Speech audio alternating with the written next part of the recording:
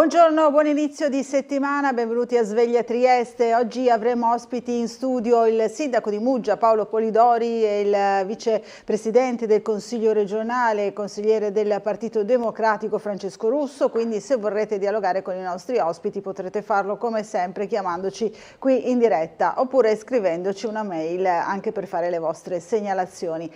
Cominciamo subito la nostra puntata con le previsioni del tempo. Allora andiamo a vedere che tempo farà in questo inizio settimana.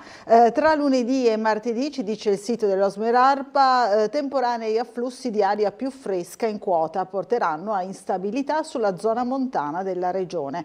Vediamo infatti nella grafica qui lunedì 26 maggio al mattino cielo variabile o poco nuvoloso, dalle ore centrali generale aumento della nuvolosità, specie sulla zona montana dove saranno probabili rovesci o temporali che potranno proseguire in modo intermittente anche in serate nella notte successiva. Venti di brezza. Vediamo la situazione domani, martedì 27.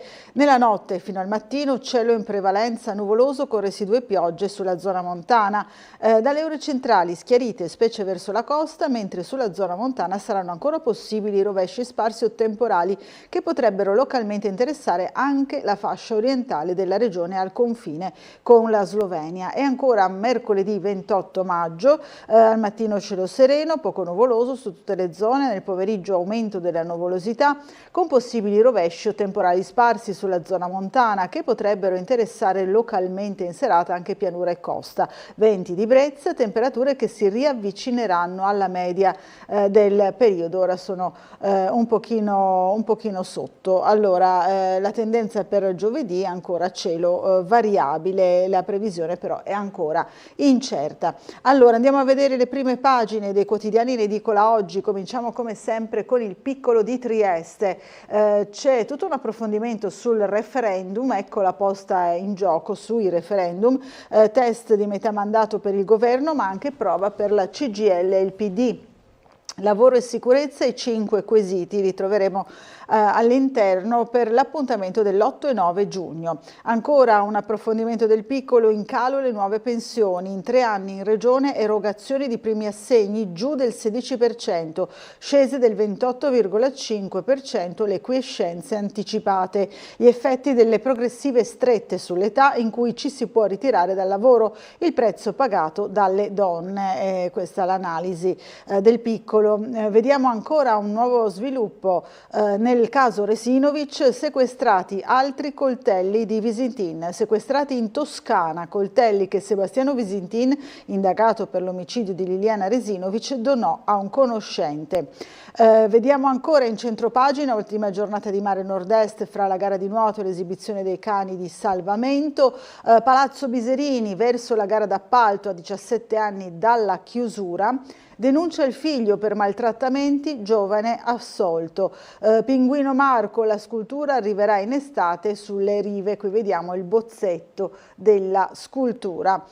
Mister Tesser, Unione Io Ci Sono, questa è la situazione, insomma l'avevamo già detto anche noi, l'aveva detto Tesser lunedì scorso proprio qui la nostra trasmissione sportiva del lunedì al Caffè dello Sport, che torna stasera invece, vi anticipo, nella quale si parlerà in particolare del basket soprattutto. Il Nord-Est Economia, Nautica, business da 7 miliardi di PIL, questo è ancora l'inserto di oggi, poi ancora le idee dazi, Trump costretto a fare sul serio. Andiamo al Piccolo di Gorizia e Monfalcone, poi approfondiremo proprio gli altri giornali, le altre prime pagine dei giornali con quella notizia che abbiamo visto nel commento di Paolo Costa. Allora anche qui stessa prima pagina, ma c'è anche l'approfondimento di cronaca su Gorizia, Pala Bigot, in arrivo altri 870.000 euro per il completamento. A Monfalcone scintille tra consigliere e assessore durante la cerimonia. Panzano Nord e Marina Nova, decolla la partita urbanistica sempre a Monfalcone. E poi in più di 5.000 per le frecce nel cielo di Grado ieri. Per il basket, Falcon Star, addio sogno di promozione. Andiamo a vedere ancora altri quotidiani, come vi dicevo. Ecco, questa era la pagina del Tempo. Dunque, questa è la prima pagina del Corriere della Sera. Iniziamo la nostra carrellata. C'è molto sport anche in prima pagina. Vediamo Roma quinta per un punto, la Juve va in Champions, Empoli e Venezia in B. Dopo lo scudetto Conte pronto ai saluti. Però vediamo le notizie principali. Kiev, le bombe di Putin sui civili. Zelensky contro il silenzio americano. Voci da Mosca, sventato attacco all'elicottero del leader russo. Il raid più pesante da inizio guerra, ultimato lo scambio di prigionieri, a Gaza i camion di aiuti italiani, gli USA frenare l'offensiva di terra. Questa è la situazione mondiale per quanto riguarda i conflitti. Allora Mosca continua a bombardare l'Ucraina, ieri l'attacco più pesante da quando è iniziato il conflitto, gli ordigni hanno colpito i civili. Il presidente Zelensky punta il dito contro il silenzio degli Stati Uniti, l'elicottero di Putin sarebbe finito sotto attacco dei droni ucraini. Crisi a Gaza, Washington chiede a Israele di bloccare le operazioni. Perché parliamo ancora del colore della pelle? Il commento di Carlo Verdelli, noi i giovani, il mondo. Vediamo ancora le vittime, i 9 figli uccisi, lo strazio di Alaa dentro l'orrore. Questo succede a Gaza. Nordio difende Stasi e siamo in Italia. Sul caso Garlasco, intervento a sorpresa del ministro, condanna irrazionale. Ancora Trump rinvia i dazi per l'Europa al 9 luglio, sente von der Leyen. Le elezioni che ci sono state in varie città in varie amministrazioni del nostro paese, comuni al voto, affluenza in discesa, seggi aperti oggi fino alle 15. Il data room di Milena Gabanelli, affari e pensioni, i freni alla sanità. Andiamo a vedere la Repubblica, mobilitazione per Gaza, il centro-sinistra pronti a una manifestazione nazionale, uccisi 2 operatori della Croce Rossa, Ucraina, raid su Kiev, Zelensky, colpa del silenzio USA, i russi attaccato l'elicottero di Putin. Vediamo ancora leader di guerra per Netanyahu, crollo del consenso. Dazi, Trump e von der Leyen, proroga fino al 9 luglio, come abbiamo già visto sul Corriere. Un ricercatore italiano a Harvard, l'America mi ha tradito. Ancora vediamo perché coesistono il diritto di vivere e quello di morire, il commento di Concita De Gregorio. L'esultanza dei bianconeri a Venezia, qui vediamo Leclerc sul podio, la Juve va in Champions, Montecarlo, Ferrari seconda. Vediamo la Stampa, il silenzio degli Stati Uniti aiuta le stragi, queste le parole di Zelensky, missili su Kiev, almeno 12 morti, Zelensky si appella a Washington, attaccato l'elicottero di Putin. Donald, il tradimento sulla pelle dell'Ucraina, il commento di Stefano Stefanini, poi in Medio Oriente l'Occidente non ceda al contagio dell'ira e poi quel balletto a sinistra sulla piazza per Gaza. Il mondo incapace di evitare l'orrore e la strada in salita del nuovo pontefice, invece l'analisi di Massimo Cacciari. Anche qui le notizie sportive, la Juve batte 3-2 il Venezia, Toro KO in Champions e poi la Ferrari c'è, Gran Premio di Monaco, vince Norris davanti a Leclerc. La giustizia, vediamo... scusate ancora un approfondimento qui, la giustizia, Nordio irrazionale, la condanna di Stasi, una notizia che abbiamo, questo intervento del ministro che abbiamo già visto anche su altri giornali. Il caso Dazi, Ursula sente Trump, Meloni lavora al vertice. La storia, la legge dei 100 anni, i figli a caccia di verità e poi l'intervista, Recalcati, abbiamo fallito, i ragazzi pagano il conto. Il Fatto Quotidiano, DL sicurezza blindata blindato con la fiducia e niente arresti agli incensurati. In giustizia, scrive il Fatto, altri colpi del governo contro i magistrati. Ucraina, droni contro il presidente russo, missili su Kiev, Mosca, altri negoziati a Istanbul, il 20 Putin è scampato a un raid. Propaganda, vademecum per promuovere la cultura della difesa, cioè il riarmo, Crosetto, Libro e Moschetto, le nostre guerre sono giuste. Il Fatto economico, crack bancari, così Fratelli d'Italia affossa i risparmiatori, l'escamotage di una riforma che vorrebbe ridurre le responsabilità dei revisori penalizzando di fatto chi ha perso i suoi soldi e c'è chi invoca l'intervento dei PM. Ancora il Giornale, il report USA, Putin è bloccato, l'avanzata russa rallenta, gli 007 è il momento migliore per costringere lo zar a trattare. Lui bombarda Kiev, giallo sull'attentato al suo elicottero, pressing su Trump che si vuole sfilare, il tentativo di Meloni convincere Donald a rinviare i dazi UE di un mese, perché l'asse dei volonterosi è più utile della NATO e l'analisi di Luttwak. Poi ancora a Madrid, sanzioni a Israele, aiuti italiani a Gaza, Nanni Moretti contro Netanyahu, sinistra in piazza. Il caso di Garlasco, Sempio, sangue sull'impronta, l'avvocata di Stasi spiegherà cosa faceva in cantina. Ancora andiamo avanti, sempre a vedere le principali notizie delle prime pagine dei quotidiani. Allora, l'ultima carta sul Libero, attentato allo zar. I russi rivelano, gli ucraini hanno lanciato all'attacco i loro droni durante la visita in elicottero del presidente nel Kursk, senza successo. Scioperi della fame e corteo, la sinistra si riunisce solo per Gaza, altra iniziativa dopo l'evento a Scrocco di Roma, commenta Libero. Rischio autogol, ma senza Putin le cose andranno meglio o peggio? La domanda. Poi mangiatoia cinema, i film dell'attore finanziati da noi, i flop di Gassman ci sono costati 40 milioni. Il Sole 24 Ore, Festival dell'Economia, benessere per età. Vincono Bolzano, Gorizia e Lecco, le tre province in testa alle classifiche della qualità della vita per le categorie anziani, giovani e bambini, e a sorpresa vediamo proprio Gorizia prima per quanto riguarda la categoria giovani. I tre indici generazionali, le prime tre province classificate negli indici della qualità della vita, vediamo prima Gorizia per i giovani, seconda Bolzano, terza Cuneo. Per i bambini ci sono Lecco, Siena e Aosta, per gli anziani Bolzano, Treviso e Trento. Ancora bonus casa, investimenti meno 35% nel 2025. Il dato è chiaramente condizionato del bonus casa che c'era fino all'anno precedente. Allora ancora il Domani, silenzio di Trump aiuta Putin, Zelensky isolato, Kiev bombardata, Netanyahu e la strategia del pane per deportare i palestinesi, rapporti con l'India.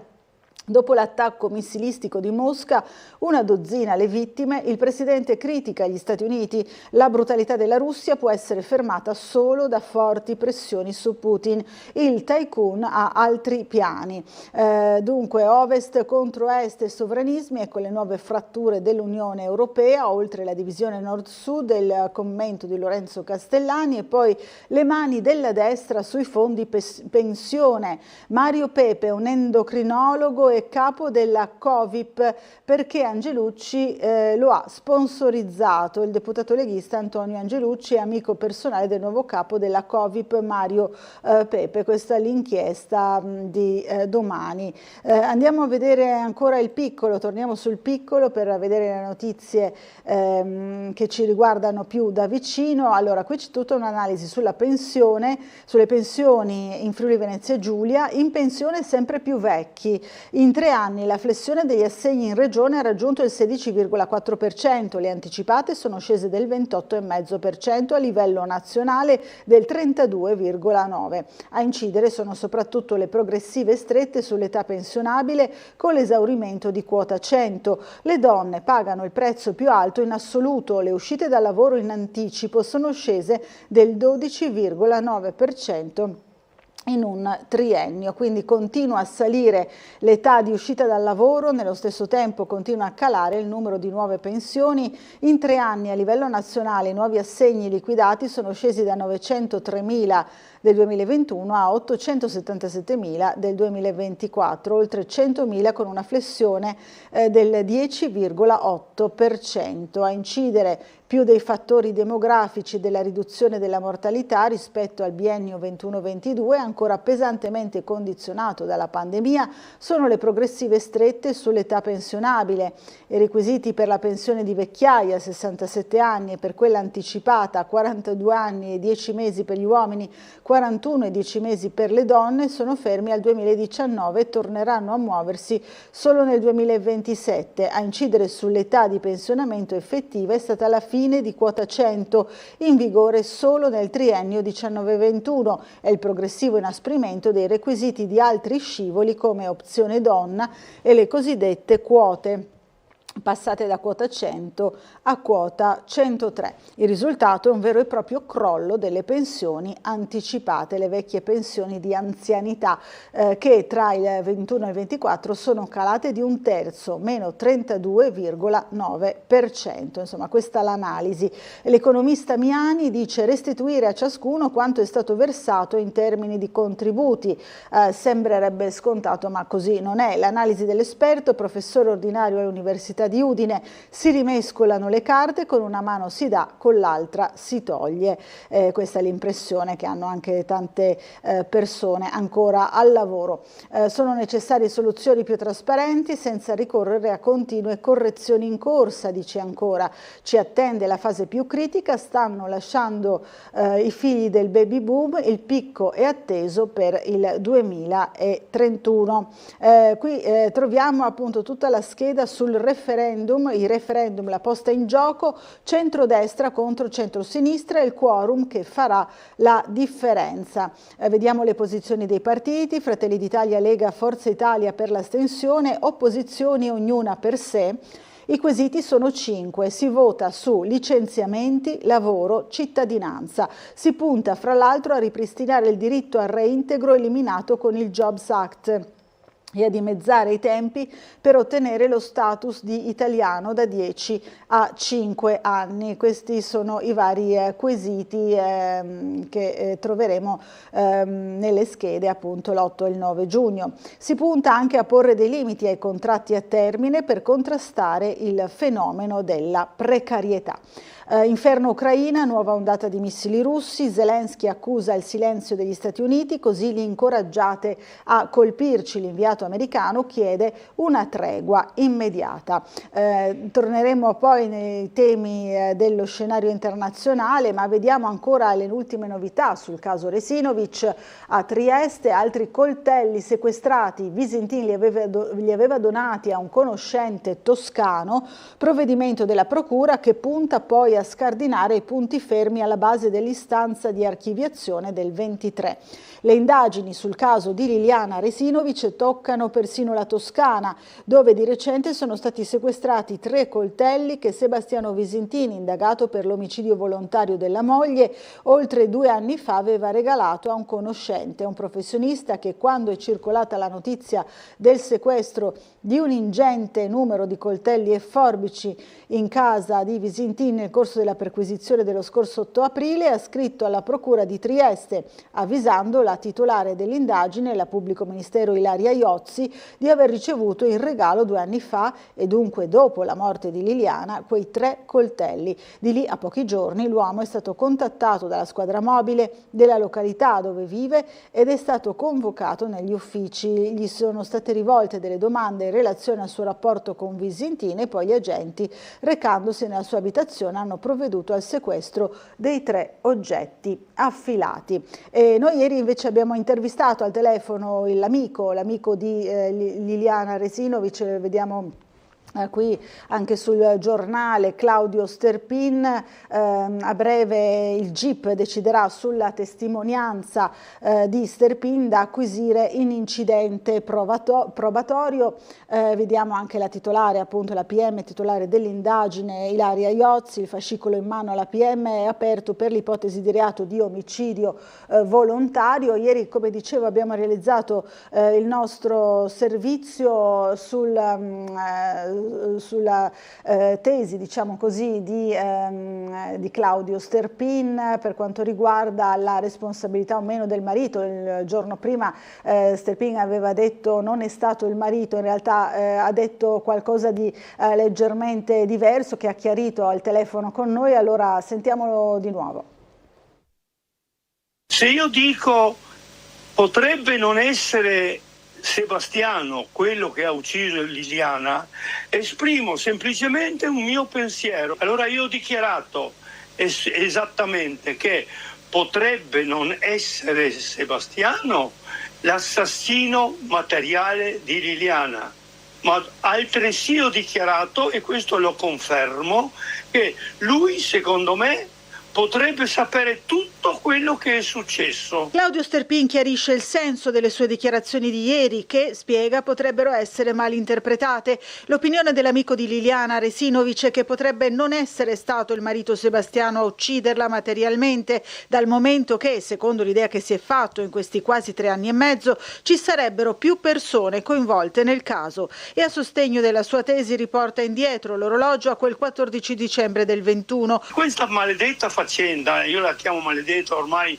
mi ha sconvolto la vita, secondo me è stata premeditata. Questo non è una cosa d'impeto, questa è una cosa studiata a tavolino da prima, da chissà quando, e doveva succedere martedì 14, perché era probabilmente l'ultima o una delle ultime giornate che Liliana passava in casa, per cui domani sarebbe potuto essere troppo tardi. Doveva venire via con lei? Sì, chiaro. Massimo 2 giorni dopo. Avevamo già programmato tutto, eccetera, eccetera. Non è escluso che lei abbia detto qualcosa, perché mi ha detto, a me mi aveva confessato che troverà modo di dirlo a Sebastiano. Si tratterebbe insomma di un omicidio premeditato, compiuto e nascosto da più persone, del quale Sebastiano conoscerebbe tutti i passaggi, compreso il luogo in cui il cadavere della 63enne sarebbe stato conservato prima di essere ritrovato nel parco di San Giovanni il 5 gennaio del 2022. Su questo caso c'è un sacco di gente che non ha usato per niente quella minimo di intelligenza necessaria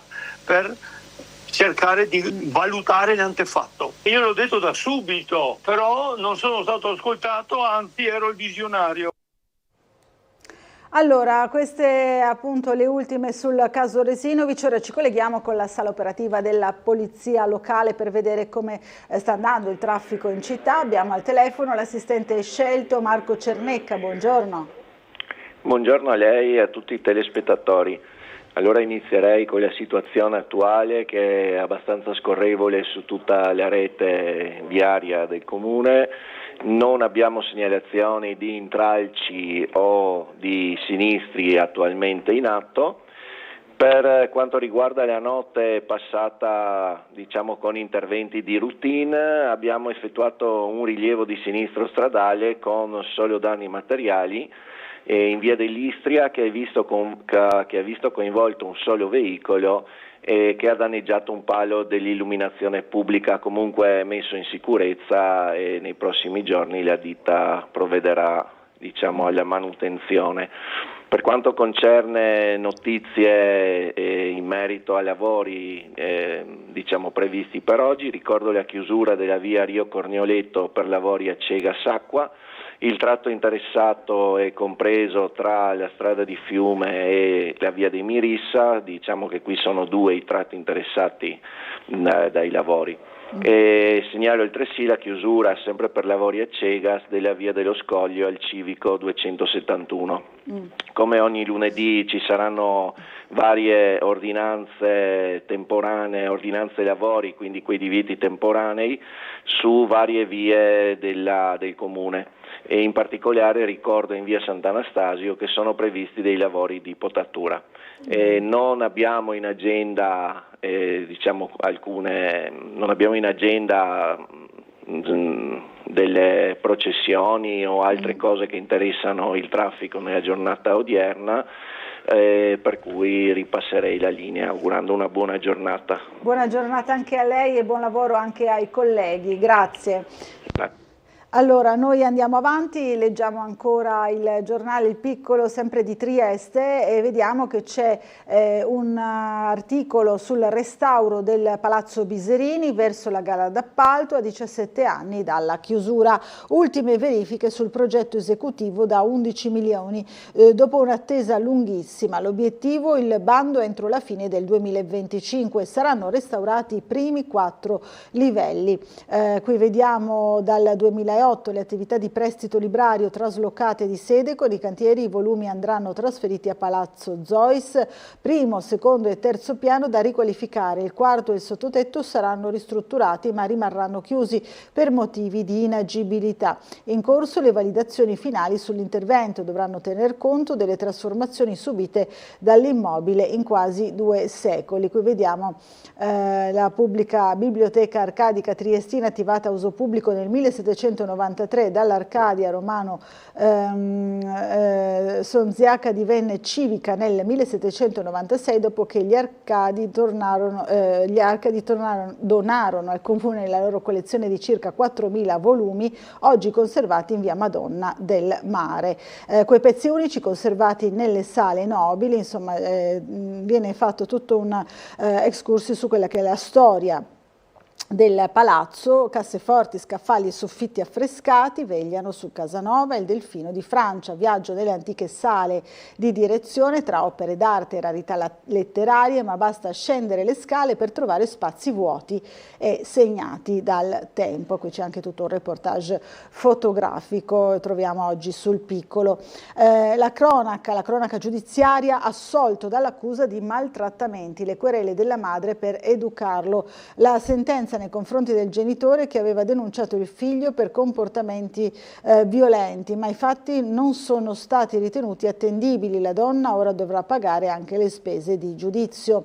Da Giorgi in Ponziana, l'abbiamo raccontato anche noi sabato, tentato furto in panetteria, gravi danni alla vetrina. Ancora andiamo avanti, sempre nelle cronache di Trieste, la statua del pinguino Marco sistemata sulle rive in estate, commissionata al maestro del Ben. La scultura è pronta da oltre 2 anni. L'assessore Rossi decide di non attendere più la riapertura dell'acquario e di procedere con la posa dell'opera. Qui vediamo la foto di Claudio Ernea, dalla quale ha preso ispirazione la statua, la presenza appunto del pinguino Marco e di una bella bambina, e poi il bozzetto della scultura che verrà sistemata sulle rive. Lo vediamo qui appunto quella realizzata. L'impatto a livello visivo è minimo perché non si sviluppa in altezza, quindi la statua che ritrae il pinguino Marco accanto a una bambina verrà sistemata tra poco più di un mese sulle rive alla radice del molo Pescheria. L'opera, disegnata dal maestro Giorgio del Ben, è pronta da oltre 2 anni e l'assessore alla cultura Giorgio Rossi ha deciso di non attendere più la riapertura dell'acquario marino per inaugurarla come invece da tempo aveva programmato. Così le sorti della scultura e quelle della sede museale ora viaggeranno su binari separati. Quindi queste le ultime appunto su questa statua che vedremo posizionata già dall'estate.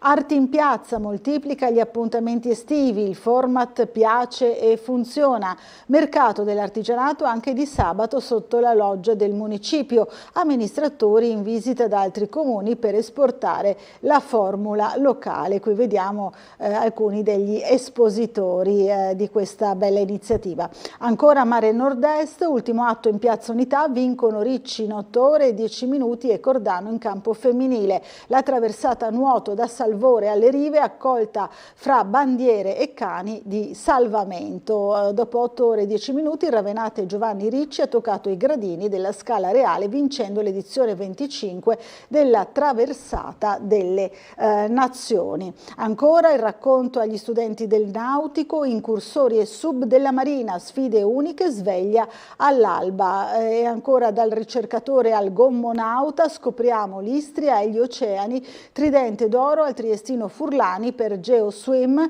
da V verso l'Asia. Ancora qualche istante per vedere le notizie da Duino, Aurisina e il Carso e ancora Muggia, perché poi avremo ospite in studio più tardi verso le 8 il sindaco di Muggia Paolo Polidori. Allora vediamo qui a Duino, elicottero sopra Duino, un sorvolo turistico nel rispetto delle regole. Eli Friuli a replica alle proteste sulle 27 missioni da 6 minuti, valorizzato il territorio, voli sulle falesie sopra i 300 metri. Il percorso ciclabile e la sicurezza, accordo con un privato del comune di Muggia per le bici a Punta Olmi. Allora dobbiamo fermarci per una piccola pausa pubblicitaria, ci rivediamo subito dopo ancora con la nostra rassegna stampa.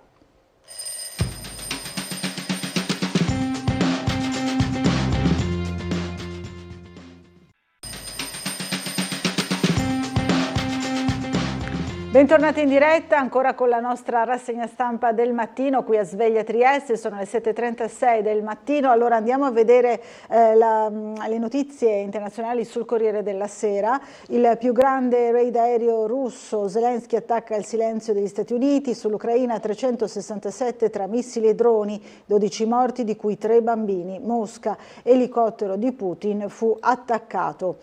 2 settimane di tira e molla, così lo zar ha deciso di rilanciare. Il Cremlino usa l'incertezza americana. L'armata prova a sfondare a est, ma ha un costo insostenibile. I russi avanzano poco e puntano Kostiantynivka con enormi perdite di uomini e mezzi.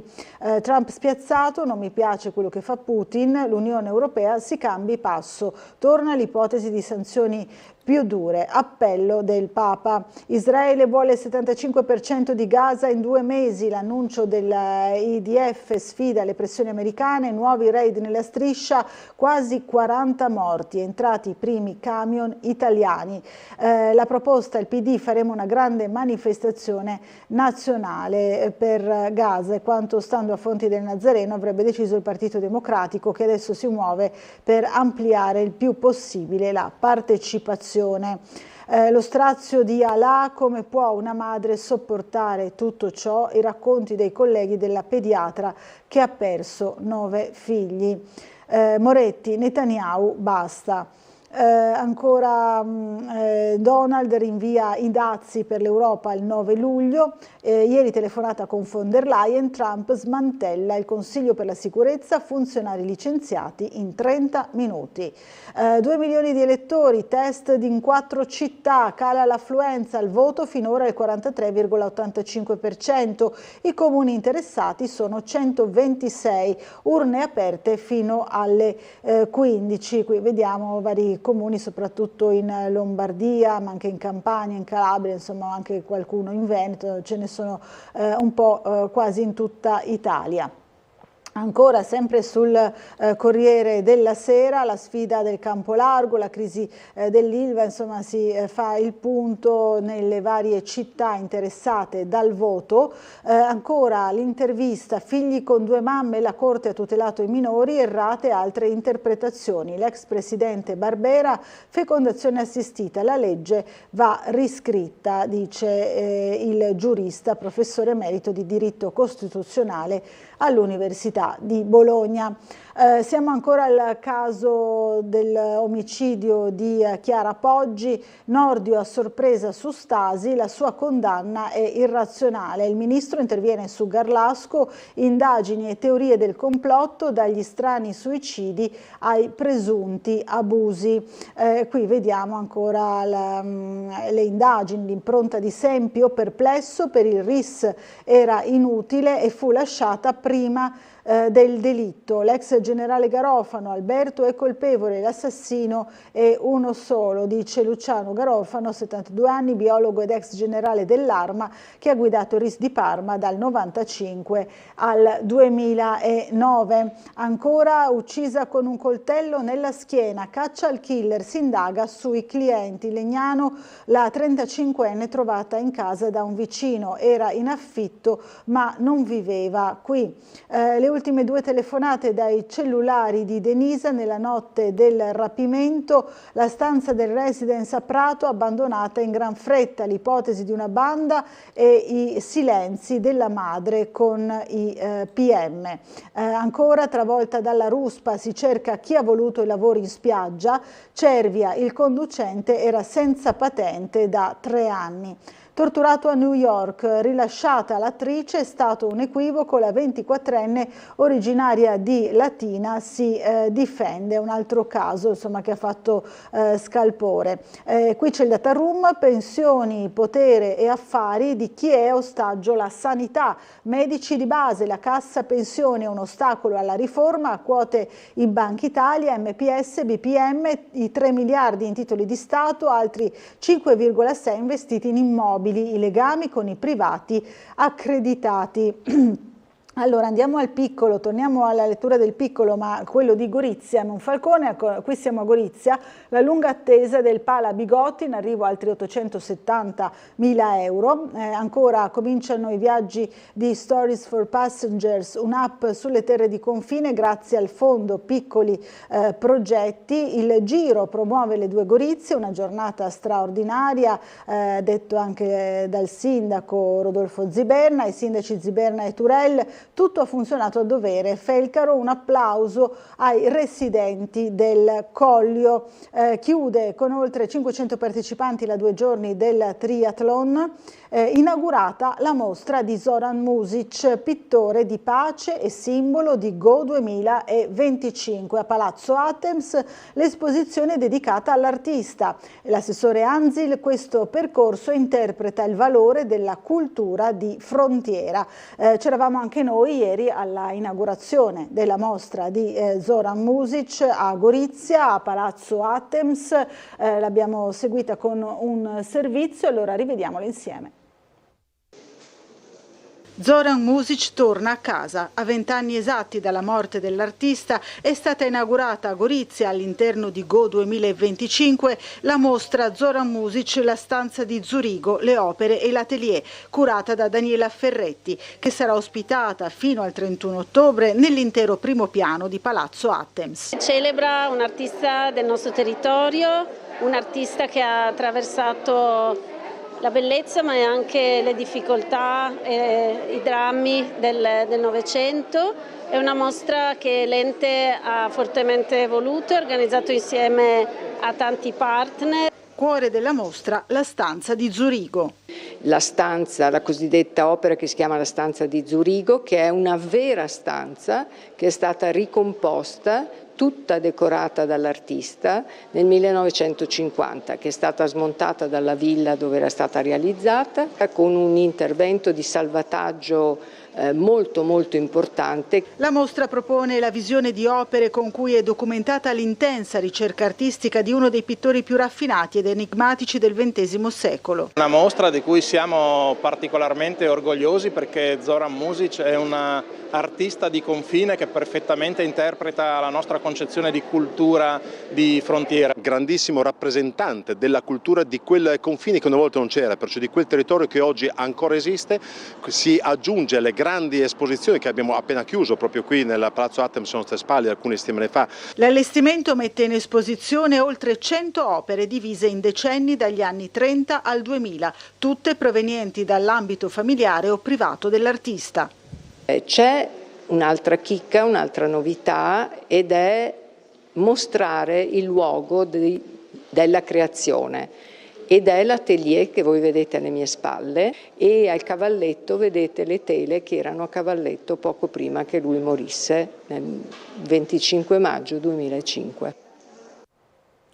Allora, vediamo ancora le pagine di Monfalcone, sempre del Piccolo, rilancio di Marina Nova e Park a Panzano Nord, le varianti in consiglio, in ballo lo sviluppo delle attività economiche e turistiche della zona dei Casoni e il riassetto di viabilità e aree di sosta per le società nautiche in via dell'Agraria. Di questo si parla a Monfalcone. Entro il 9 giugno le domande per il punto ristoro sul pontile, il nuovo pontile di Marina Iulia. La procedura per la futura gestione, già 2 manifestazioni di interesse. C'è stato anche un caso che ha avuto degli strascichi, Venni porge la mano e Volante non ricambia, scintille alla cerimonia in memoria di Falcone. All'origine l'intervista rilasciata al Piccolo dall'assessore non gradita dal forzista Percuzzi di Insieme, dice scena irrispettosa verso le istituzioni. Per chi c'era si è trattato di una scena pietosa, scrive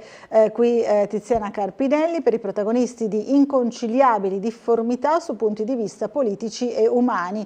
Per il contorno dell'ennesima riprova di ruggini mai sopite sullo sfondo dell'ultima campagna elettorale e in estrema sintesi di attriti a margine di un evento che nulla aveva a che fare con questi conti in sospeso. Allora andiamo ancora avanti, sempre sul Piccolo, in 13 in corsa per un posto in comune a Ronchi, poi una nuova lente per il mezzo secolo dell'osservatorio di Farra di Sonzo. Ancora sempre abbastanza rapidamente scorriamo anche le pagine del Nord-Est per andare a Grado, l'edizione 2025 dell'Air Show in più di 5.000 Grado per lo spettacolo delle frecce che avevamo visto già il giorno precedente a Gorizia. Gli appassionati su tutto il lungomare dell'isola, 25 minuti di evoluzioni tricolori. Ancora vediamo qui nella pagina delle culture la musica Just for One Day, 40 anni di Live Aid,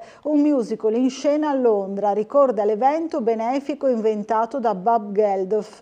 Nello spettacolo le canzoni da We Are the Champions a Message in a Bottle. Svelato il programma di Udine Jazz sotto le stelle con Hancock, Coglie e Garcia. Le sorelle Coco Rose che non amano l'America, siamo a casa in viaggio, mercoledì sera il concerto al Teatro Miela, poi ancora andiamo avanti alle pagine dello sport, eccole qui, e siamo al basket, sport del lunedì, il rilancio di Matjasic, il presidente parla dopo la rocambolesca sconfitta con Brescia, non raggiunto l'obiettivo di vincere ma sarà uno stimolo per crescere.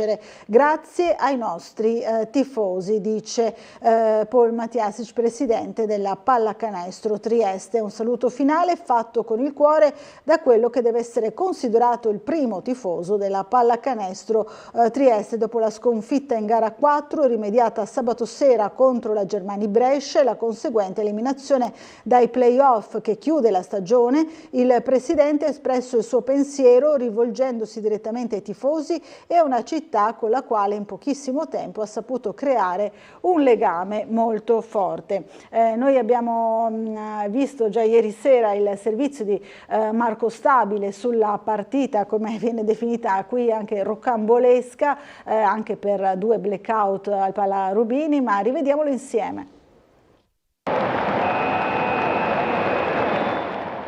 Battuti sì, ma dopo aver lottato come leoni. La stagione della Pallacanestro Trieste finisce qui. Brescia passa al supplementare con tanto di doppio blackout elettrico al Pala Rubini, chiudendo sul 3-1 la serie. L'amarezza stavolta dura poco perché il retrogusto è più forte, quello di aver giocato una stagione da protagonisti in A1. Christian lascia fuori Kelly, ma parte comunque con il quintetto lungo con Brooks in ala piccola. A pagare dividendi però è più la prestazione personale dell'ex Milano che l'assetto in sé.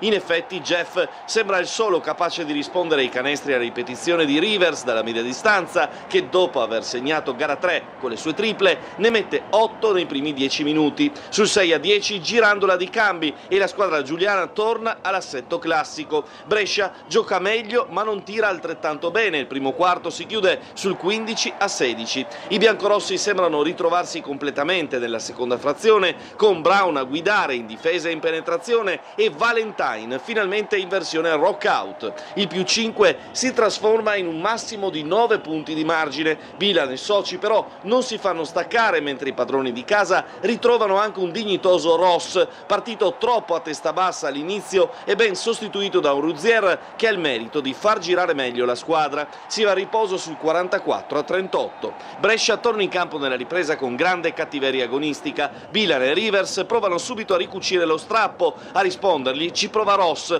prima che la partita si imbruttisca e 2 triple di Della Valle, intervallate da un fallo tecnico fischiato a Jutov che fa imbufalire il Palatrieste, facciano tornare la sfida in parità. Gli uomini di Poeta si affidano poi al talento di Barnell per tornare in testa anche di 4 lunghezze. Serve la lucidità di Brooks e Brown per restare in partita sul 59-61. Nell'ultimo quarto le 2 triple di Ruz e Jutov riportano Trieste con la testa avanti, poi si riaccorda anche la chitarra di Valentine, liberi, penetrazione e si va sul più 6. I biancorossi toccano addirittura gli 8 punti di margine prima che entri in scena Della Valle, che a suon di bombe ancora risponde alla garra di Ruzier e di un Brooks da 21 punti alla fine. Brescia sembra avere una marcia in più quando tocca la parità a quota 77, con 1 minuto e 1 secondo dal termine però si palesa l'imponderabile, blackout elettrico e partita ferma. Le luci si riaccendono dopo 20 minuti ma si torna a giocare solo per 30 secondi. L'impianto salta di nuovo e stando agli arbitri si finirebbe qui. Sono i 2 allenatori a decidere, quando le luci si tornano a riaccendere, che bisogna riportare in campo gli arbitri e finirla degnamente sul parquet. Ed ecco che ovviamente si va al supplementare dopo il tiro sbagliato da Valentine. Nell'overtime però Brescia dimostra tutta la propria classe. Bilan, Barnell, Ivanovic portano i bianco-blu sul più 7. Sembra finita, ma non per Ruzier che inventa 2 canestri impensabili e riaccende ancora la speranza. Ancora una volta il pallone finisce nelle mani di Valentine che scaglia la tripla del possibile secondo supplementare, ma lo spettacolo per quest'anno finisce qui.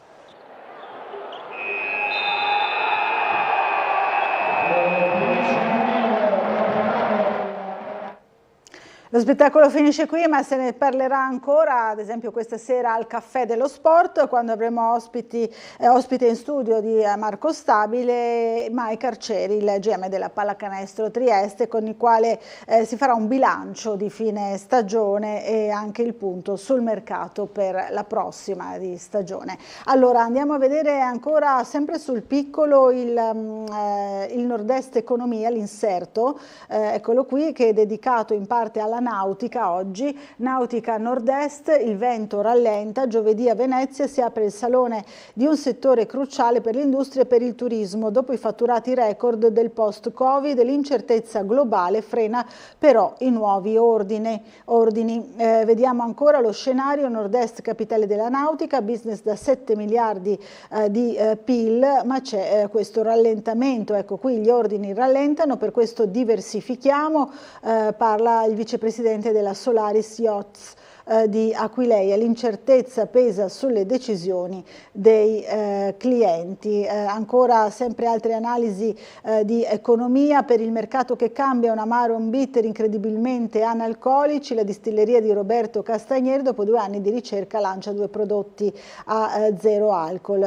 Invece di una azienda in crisi che, del cui destino insomma i sindacati e i lavoratori, oltre 300, sono particolarmente preoccupati, è la Flex, oggi Adriatronics, che si trova ancora in una fase di stallo per quanto riguarda la vendita. Allora ieri abbiamo fatto il punto insieme a 2 dei principali sindacati presenti nell'azienda, rivediamo insieme il servizio. Siamo ad un punto in cui andiamo incontro a 2 tavoli ministeriali, uno dovrebbe essere alla fine di questo mese online per valutare se l'advisor ha cominciato a raccogliere degli interessamenti per la vendita del sito, e poi a fine giugno dove si dovrebbe tirare le fila su quei soggetti che sono più accreditati a presentare poi una proposta di interesse per l'acquisizione.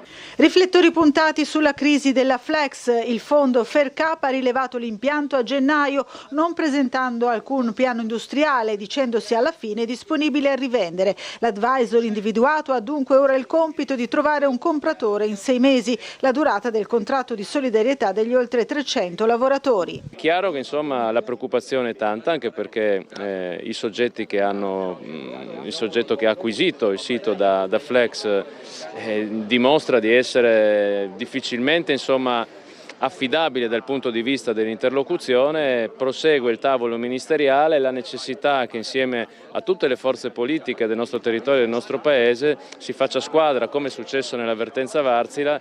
Ma siamo in una fase di attesa, in una fase in cui si sta attendendo che eventuali interessamenti trovino materializzazione, quindi da questo punto di vista è estremamente importante il lavoro che viene prodotto dall'advisor che è stato individuato. Auspichiamo che quanto prima si manifesti un interesse concreto per dare risoluzione a questa crisi che dura da troppo tempo. Allora, torniamo ancora alle pagine sportive, al Giro d'Italia, salta anche Roglic, l'Adasiago perde terreno, ora è a 4 minuti da Del Toro, sempre più su, tappa a Verona, la maglia rosa, vediamo qui, ora erano i miei idoli da bambino, ora li devo inseguire, dice la pagella di Ballan alle tappe a nord-est, Vicenza e Treviso da 8, Gorizia e Grappa da 5 dal punto di vista sportivo, ma abbiamo visto che invece dal punto di vista dell'organizzazione e del ritorno sul territorio, insomma, è stato un grande successo questa tappa goriziana. E così Trieste batte San Vito, la gara del 29 giugno, da lì lo start del tricolore pro.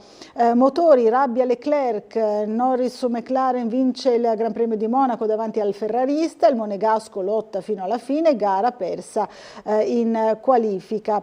A Silverstone succede di tutto, Bezzecchi brinda con l'Aprilia. E ancora vediamo sempre per lo sport, Udinese americana, Serie A sempre più straniera, nella prossima stagione il massimo campionato italiano potrebbe arrivare ad un 50% di proprietà a stelle e strisce, l'acquisizione e le sue conseguenze, e poi andiamo invece, ci spostiamo per un attimo nelle pagine online di Trieste Prima per vedere che c'è stata anche la bella vittoria di Matteo Parenzan, inarrestabile, 8° titolo italiano assoluto consecutivo nel tennis tavolo paralimpico. Un'altra importante vittoria per il campione triestino che in classe 6 ha battuto per 3-0 Raimondo Alecci e Massimiliano Giannola.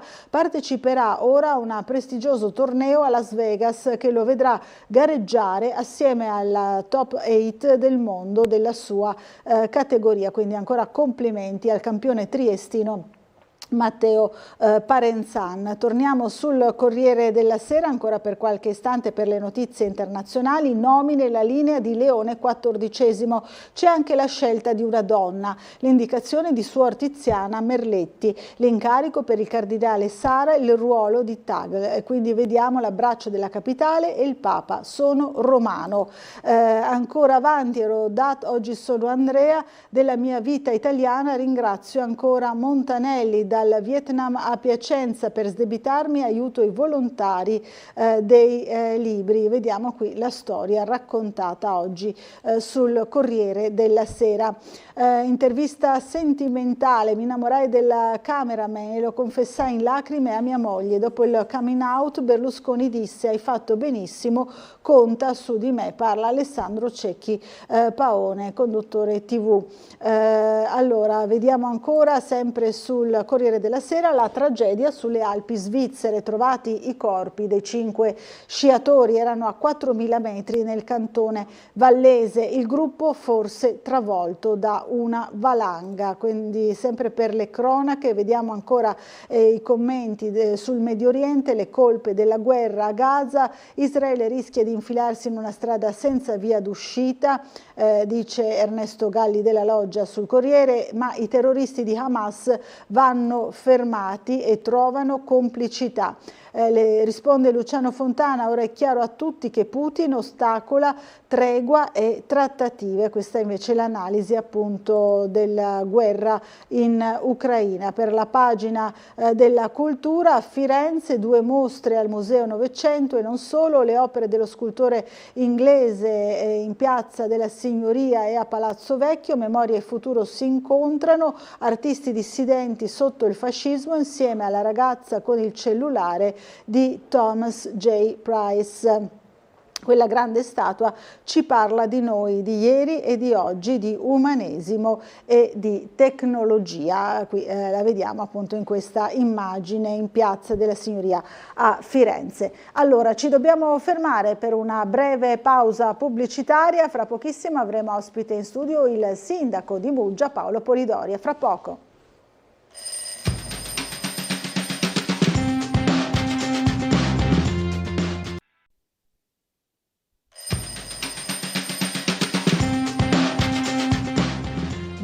Bentornati in diretta qui a Sveglia Trieste, 8:05 del mattino. Diamo subito il buongiorno al sindaco di Muggia, Paolo Polidori. Buongiorno Laura ai telespettatori. Grazie di essere qui. Allora, buongiorno naturalmente esteso anche a tutti i telespettatori, compreso il primo che ha preso la linea questa mattina. Allora lo sentiamo subito. Pronto? Buongiorno. Già pronti. Grazie alla regia che mi mette in onda. Eccolo. Claudio Buona Visentin. giornata alla staccanovista, dottoressa Laura, presente pure nei TG da domenica. È vero. Anche se a noi la sua presenza rende piacevole la giornata, forse un po' meno al figlio Luca e a casa. Dunque, buongiorno l'amico Paolo. Ciao Claudio, buongiorno a te. Claudio Visentin. Ciao Claudio, come stai? Buongiorno Claudio. Tutto bene, si fa per dire. Ma dico che agendo da Sveglia Trieste, la Mosca Zezé ha portato a casa di recente un'altra medaglia, un pubblico riconoscimento che non posso dire io, lo dirà il comune. Il nome è rimasto nella penna. Si tratta di uno sportivo amato da tutto Trieste. Basta. Sei già invitato, Paolo, nel salotto azzurro. Dunque, venendo al cortile di casa nostra, oggi leggo sul giornale che c'è una novità sul fronte della ciclabilità a Muggia. Se puoi spiegarci a noi telespettatori il tutto. Infine, molto importante, chiedo a te Paolo, sindaco, che tutto puoi, se dopo ben 35 anni circa ci sarà finalmente una riqualificazione di quello che era l'ex bagno della polizia, un'area di 16.000 metri quadrati abbandonati a se stessa, per la gioia dei muggesani e dei turisti. Grazie e buon lavoro. Grazie Claudio Visentin, buona giornata. Allora, ciao Claudio, grazie.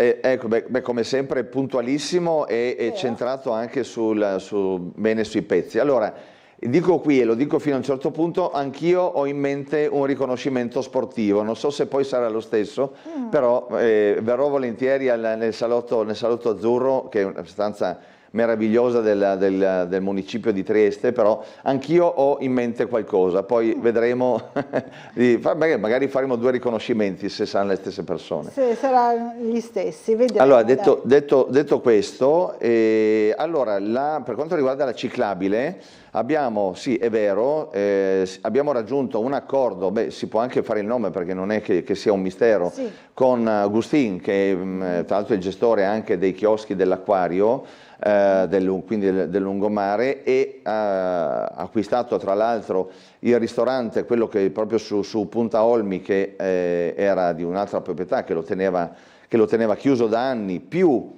la parte sul mare che è l'ex stabilimento, sono gli spogliatoi dell'ex stabilimento balneare di Punta Olmi, che era in sfacelo praticamente da decenni. Allora la cosa buona è che, ottima anzi direi, che gli imprenditori si stanno muovendo, questa è la notizia, gli imprenditori si stanno muovendo, credono a Muggia, hanno questo desiderio di investire a Muggia perché appunto credono che lo sviluppo della nostra cittadina e del suo lungomare, bellissimo lungomare, sia un affare su cui investire. E infatti ci sarà la riqualificazione di tutta quella zona, ma abbiamo voluto andare oltre come amministrazione perché, come sapranno sicuramente i ciclisti e i pedoni che diciamo sul lungomare dopo il Molo T si interrompe proprio la viabilità e non c'è nessun modo di passare se non andando in strada, quindi in maniera pericolosa per arrivare nella zona di Acquario, quel tratto mancante che è proprietà appunto di Gustin, abbiamo con delle trattative insomma proficue ovviamente, abbiamo fatto una permuta praticamente con quel tratto di strada che diventerà ad uso comunale, a fronte ovviamente di qualche parcheggio dall'altra parte della strada, ma che sarà utile e indispensabile per il ristorante che si andrà ad aprire dall'altra parte della strada. Quel pezzo mancante, importantissimo, sarà ad uso comunale e quindi andremo ad asfaltarlo molto presto, mettendo anche il pezzo di ciclo pedonale che quindi metterà in sicurezza il passaggio di pedoni e di bici. Quindi dando continuità, questo è uno degli obiettivi della nostra amministrazione, quello di dare continuità alla ciclabile dall'inizio di Muggia, quindi da Aquilinea fino a Lazzaretto. Questo è un pezzo molto importante proprio perché costringeva i passanti ad andare in strada in maniera molto pericolosa. Questa è una bella novità. L'altra questione sul bagno della polizia, mi sto muovendo da tempo, per chi non lo sapesse il bagno della polizia è un'enorme struttura che una volta era una magnifica struttura che attirava non solo muggesani ma anche tantissimi turisti, proprio sul mare, proprio, no? Appena finito Porto San Rocco, che è di proprietà di un ente pubblico della polizia. Quindi sono loro che devono portare avanti, però io ho detto, intercedendo anche con loro, sto cercando di portare imprenditori, di portare privati che abbiano voglia di investire. Fino adesso ci sono stati tanti interessamenti, ma finora, ahimè, nessuna proposta concreta, ma io conto di portare avanti questo progetto perché sarebbe veramente un colpo sensazionale rimettere in vita quella parte così importante. Ovviamente ci vogliono tanti soldi perché l'area è molto grande, tanti investimenti, per cui ci vogliono grandi imprenditori che abbiano però voglia di investire. L'interesse c'è, ripeto, e sto continuando a lavorare su questo. Ci sono anche insomma, dei temi caldi, no? A Muggia, tra cui la viabilità. Ne avevamo parlato qualche giorno fa con l'inizio, no? Dei lavori sul ponte, sul Riospo. E come sta andando intanto? Poi so che aveva pensato a una possibile soluzione, le chiedo se è andato a buon fine insomma, questa richiesta. Sì. Allora, intanto sull'Ospo c'è da dire che l'EDR, cioè l'ente di decentramento regionale con Acegas che sta facendo i lavori, stanno infrastrutturando, stanno cambiando delle tubazioni molto importanti per l'acqua, quindi il rifornimento di acqua per Muggia è sicuramente una cosa importante. Quindi stanno scavando, hanno messo un semaforo che rende senso unico alternato, tra l'altro dove è permesso soltanto il passaggio di mezzi di soccorso o di autobus, ma vedo che tanti automobilisti, e qui mi fermo, invece di prendere la strada di Ferney, passano per il ponte. Vabbè, ma qui chiudiamo questa considerazione. Ma c'è una viabilità che sta un po' impazzendo, soprattutto in certi momenti della giornata, quindi anche stamattina per venire a Tele 4 ho dovuto fare il giro, arrivando fino a Vignano poi. E allora ho pensato di interessare il prefetto nei giorni scorsi, per vedere se ci fosse stata la possibilità, quindi si sa già che non è andato bene, la possibilità di aprire quella bretella che da strada di Farney arriva sulla rampa discendente della grande viabilità, praticamente dove c'è il blocco della polizia per il controllo dei confini sulla rotta balcanica. Chiaro. Sono andato a vedere personalmente a piedi, ho detto non c'è nessun problema né per quanto riguarda la questione sicurezza sulla rotta balcanica, perché il posto di blocco è al di là di questa bretella, che si immetterebbe prima quindi del posto di blocco, e quindi da quel punto di vista non ci sarebbe nessun problema. C'è stata la costituzione del comitato sulla viabilità, che l'abbiamo fatto venerdì scorso. Purtroppo devo dire che la polizia stradale non ha voluto concedere questa apertura per questioni di sicurezza, perché da una parte in effetti la corsia che si immette sulla viabilità arriva proprio sul blocco della polizia, quindi da questo punto di vista non è sicuro il fatto che le macchine si mettano lì, ma io ho detto basta arretrare di 20 metri per immettersi prima del blocco e la cosa è fatta, quindi la cosa assolutamente non mi ha convinto, però sta di fatto che questa possibilità ahimè non ci sarà.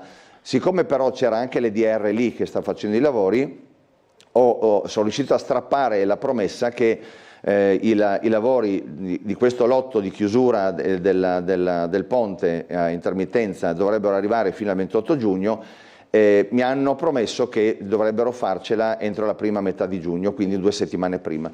Quindi su questo spero, ovviamente vigileremo sulla cosa e riapriremo, spero, come ha promesso il DR, il ponte 2 settimane prima. C'è da dire una cosa, e questo l'ho detto già in sede di comitato: manderò una lettera sia all'EDR che all'ANAS, cioè 2 enti che hanno determinate strade, no? E quindi tra l'altro l'ANAS sta facendo manutenzione all'uscita della galleria verso Raboiese sulla grande viabilità, quindi anche lì le macchine devono scendere, uscire, impegnare la rotatoria sulla strada delle Saline e risalire, quindi è tutta una viabilità impazzita, ma non è possibile, e io non permetterò più che ANAS ed EDR possano iniziare cantieri dando l'ordinanza il giorno prima, il venerdì pomeriggio per il lunedì mattina, senza avere un coordinamento, senza passare prima dal comune di Muggia. Bisogna avere un certo coordinamento, perché non si può mettere in piedi tutto senza poi confrontarsi, quindi se dovrò arrivare al blocco delle ordinanze di EDR e ANAS ci arriverò. È bene che ci si coordini in modo tale da non creare queste brutte situazioni.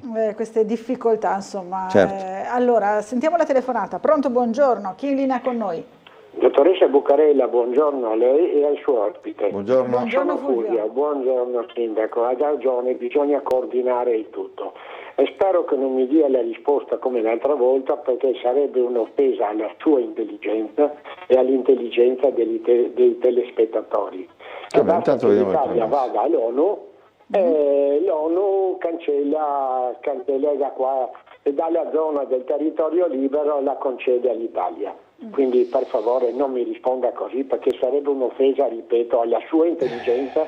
Vabbè, ma allora non ha capito qual è il concetto, non ha capito la storia, lei non ha visto... Non passa giorno, e anche stamattina sta scritto sul giornale che adesso anche le nuove pensioni sono da fame. Allora, prima c'erano già i poveri, poi ci sono i poveri che lavorano, adesso ci sono i pensionati poveri, la sanità, bisogna fare la sanità privata, bisogna fare le pensioni private, e abbiamo il territorio libero con le peculiarità dettate dal Trattato di pace, che è legge della Repubblica Italiana, e quindi tutta la miseria che succede attualmente, tutte le criticità nel territorio libero è colpa di chi sa e sta zitto.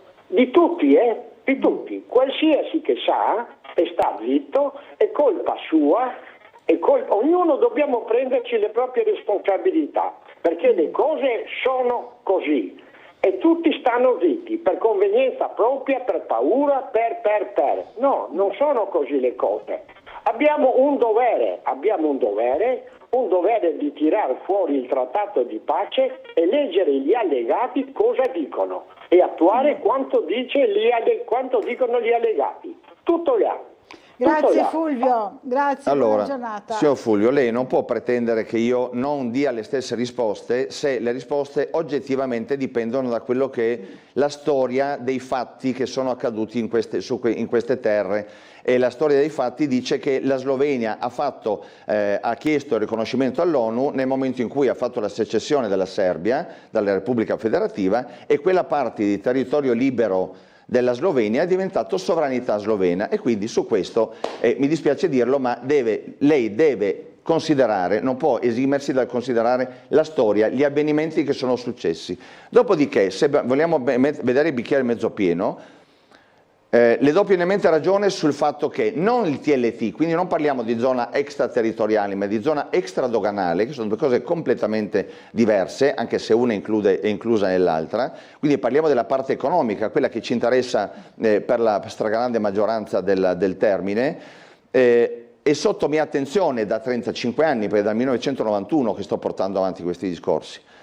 Ma la questione di creare il porto franco di Trieste è una questione assolutamente attuale e fattibile. Allora, io posso dire che mi sto muovendo sia a livello locale, anche sentendo le aziende che sono anche nella zona ex Varzila, no, di San Dorligo, quindi la BAT, quindi la MSC. Ho sentito il governatore Federica, ho sentito anche il ministro delle infrastrutture Salvini, ho sentito anche a suo tempo Giorgetti, che fa parte del MEF, quindi del Ministero delle Finanze, che sono gli attori principali per quello che potrebbe essere, che dovrà essere secondo me la costituzione veramente nei fatti del porto franco di Trieste, quindi zona detassata e defiscalizzata secondo l'allegato ottavo, ma parliamo soltanto di questione economica, e io dico che in questo momento abbiamo l'allineamento ideale dei pianeti che potrebbe permetterci di capire quelle che sono, a parte le prerogative, ma i diritti e le potenzialità di una zona detassata e defiscalizzata come quella di un porto franco, che non andrà in competizione, questo dovremmo spiegarglielo anche a Roma, non va in competizione con gli altri porti italiani, perché ha una dimensione completamente diversa. Io non ho mai sentito che i porti franchi internazionali, Singapore, Hong Kong, Abu Dhabi, Dubai, Panama, eccetera, abbiano intorno a sé fatto il deserto, anzi si va a crescere tutti quanti, quindi questo dovrà capirlo l'Italia nel momento in cui porteremo avanti questo che tra l'altro si innesta anche quel discorso programmatico della Lega sulla flat tax, no? Sull'abbassamento fiscale, sì. Perché abbiamo la possibilità, questo l'avevo detto già a Giorgetti, di provarlo su un territorio molto piccolo, non su tutta l'Italia, e vedere l'effetto che fa. Quindi abbassamento dell'imposizione fiscale, che porta ovviamente a meno entrate, ma dall'altra parte l'allargamento della base delle imprese che investono sul territorio, che producono ricchezze, e quindi il ritorno delle tasse da un'altra parte, se vogliamo, ma fatto la quantità delle imprese sul territorio. Quindi da questo punto di vista io sto lavorando sul Fulvio, quindi non torniamo però su questioni che non si possono mettere di nuovo in campo, se no non si vede quello che la storia ci ha insegnato. Vediamo il bicchiere mezzo pieno, la cosa può andare avanti e la sto portando avanti anche io personalmente, perché mi sono speso tutta la vita politica dal 1991. Su questi temi, insomma, sicuramente centrali appunto nell'azione politica, esatto, di Paolo Polidori. Qualche giorno fa, insomma, nelle scorse settimane abbiamo avuto ospiti anche l'esponente dell'opposizione Francesco Bussani, che ha lanciato varie critiche, insomma, all'operato della sua giunta, parlando di promesse non mantenute, in particolare per quanto riguarda lavori pubblici, la questione delle fognature. Come vuole rispondere, insomma, l'opposizione? Ma intanto mi viene da sorridere, perché mi sentirei di salutare Francesco, perché la scorsa settimana eravamo alla festa di commiato, diciamo, del pensionamento del nostro caro Michele Vecchiette, che saluto, che è l'ex commissario e vicequestore di Trieste, quindi commissario di Muggia, e abbiamo passato una piacevolissima serata insieme, no? Quelle cose che, vedi, io dico a Francesco, non riesce a starmi antipatico nonostante il fatto che abbia la lingua biforcuta, come dicevano gli indiani, nel momento in cui fa l'opposizione, ma è giusto così, insomma, nei termini, basta che non si vada oltre quello che è il rispetto, ma insomma su questo volevo fare un po' di gossip, ecco, un attimino di gossip. Insomma, un po' di colore, ci sta. Bene, per il resto io dico in generale che i morti si contano alla fine, no? Come sa Francesco, si sa che c'è un mandato, no, elettorale, un programma elettorale che dura un'intera consigliatura, e quindi diciamo che i lavori e tutte le promesse devono concretizzarsi, o almeno nella maggior parte, entro il fine mandato, che non è ancora, quindi non abbia ansia da prestazione Francesco e aspetti che le cose verranno, anzi, siccome poi mi sono letto proprio prima di venire qua il suo post che aveva fatto e che ha ricevuto ben, non so, una ventina di like forse e un commento, allora io dirò a Francesco, anzi lo prometto qui, che se entro fine mandato non riuscirò a fare almeno l'80% delle cose che sono state promesse in campagna elettorale, quindi nel programma di mandato, se non riuscirò a mantenere questo impegno, inviterò a cena lui e la persona che gli ha dato l'unico commento positivo, e cioè una sua parente, tra l'altro, quindi per dire che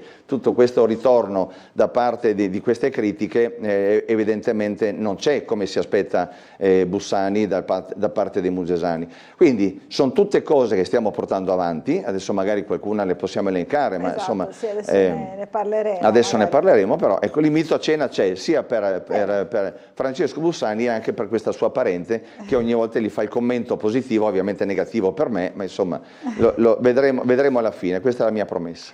Allora, di cose in ballo, insomma, ce ne sono. L'altro giorno abbiamo visto questo nuovo collegamento anche serale delle corse del Delfino Verde. Questa era una cosa che richiedevate da tempo, no? Trieste Trasporti, sì. Quindi c'è stata questa realizzazione, insomma, per questa stagione ci saranno le corse anche serali, no? Beh, direi che è un grandissimo risultato, è frutto del lavoro incessante da parte mia, dell'amministrazione, coadiuvato anche dal vice sindaco del Conte, un pressing nei confronti della regione, di Trieste Trasporti, anche se vogliamo del Delfino Verde, che ha raggiunto questo bellissimo risultato. Bellissimo perché? Perché il fatto di dire, vedete, l'estensione dalle 19.35 mi pare alle 22.50 dell'orario del rientro del Delfino Verde, quindi l'ultima corsa del Delfino da Muggia a Trieste, permetterà di vivere, soprattutto durante la stagione turistica, di vivere Muggia in un'altra dimensione, un'altra forma se vogliamo, no? Quella serale, magari permettendo di arrivare comodamente a Muggia, andare a cenare, farsi un giro per Muggia, per le calli di Muggia e poi rientrare anche in sicurezza, perché lì ovviamente se uno vuole bere un bicchiere di vino in più potrà farlo, e di conoscere Muggia anche in quella fascia oraria. È una cosa che è stata chiesta da tempo dagli esercenti, anche da parte della popolazione, quindi siamo riusciti ad avere questa grossa e bella novità. Tra l'altro, e non mi fermo qui, l'idea era anche quella di riprendere quello che è stato fatto due anni or sono, cioè il collegamento da Muggia a Boa Beach, quindi alla zona di acquario, quindi su tutto il litorale, cosa che non è stata possibile c'è una difficoltà a trovare i comandanti, perché per soli 3 mesi è difficile che un comandante si sposti. Tra l'altro l'ormeggio, come ricordate, era stata fatta addirittura una passerella dalla barca per scendere, perché lì non ci sono moli, non ci sono ormeggi facili. E per cui anche questa difficoltà in più ha creato l'impossibilità di fare questa linea aggiuntiva, ma sulla quale continueremo a lavorare anche per poterla avere il prossimo anno. Tra l'altro il prossimo anno dovrebbero cominciare anche prima i lavori della galleria, quindi sarà una difficoltà, sarà una viabilità in difficoltà e avere una linea che alleggerisca il passaggio via gomma sarà sicuramente fondamentale per raggiungere il litorale. Quindi parleremo anche di quello, insomma, dopo della galleria, ma sentiamo subito la telefonata. Pronto, buongiorno, chi è in linea con noi?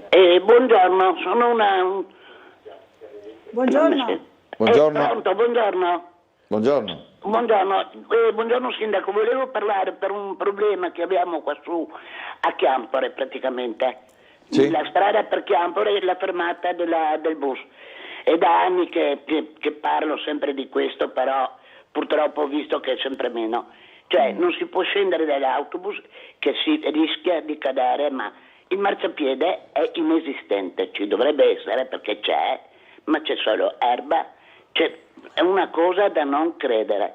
Punto primo.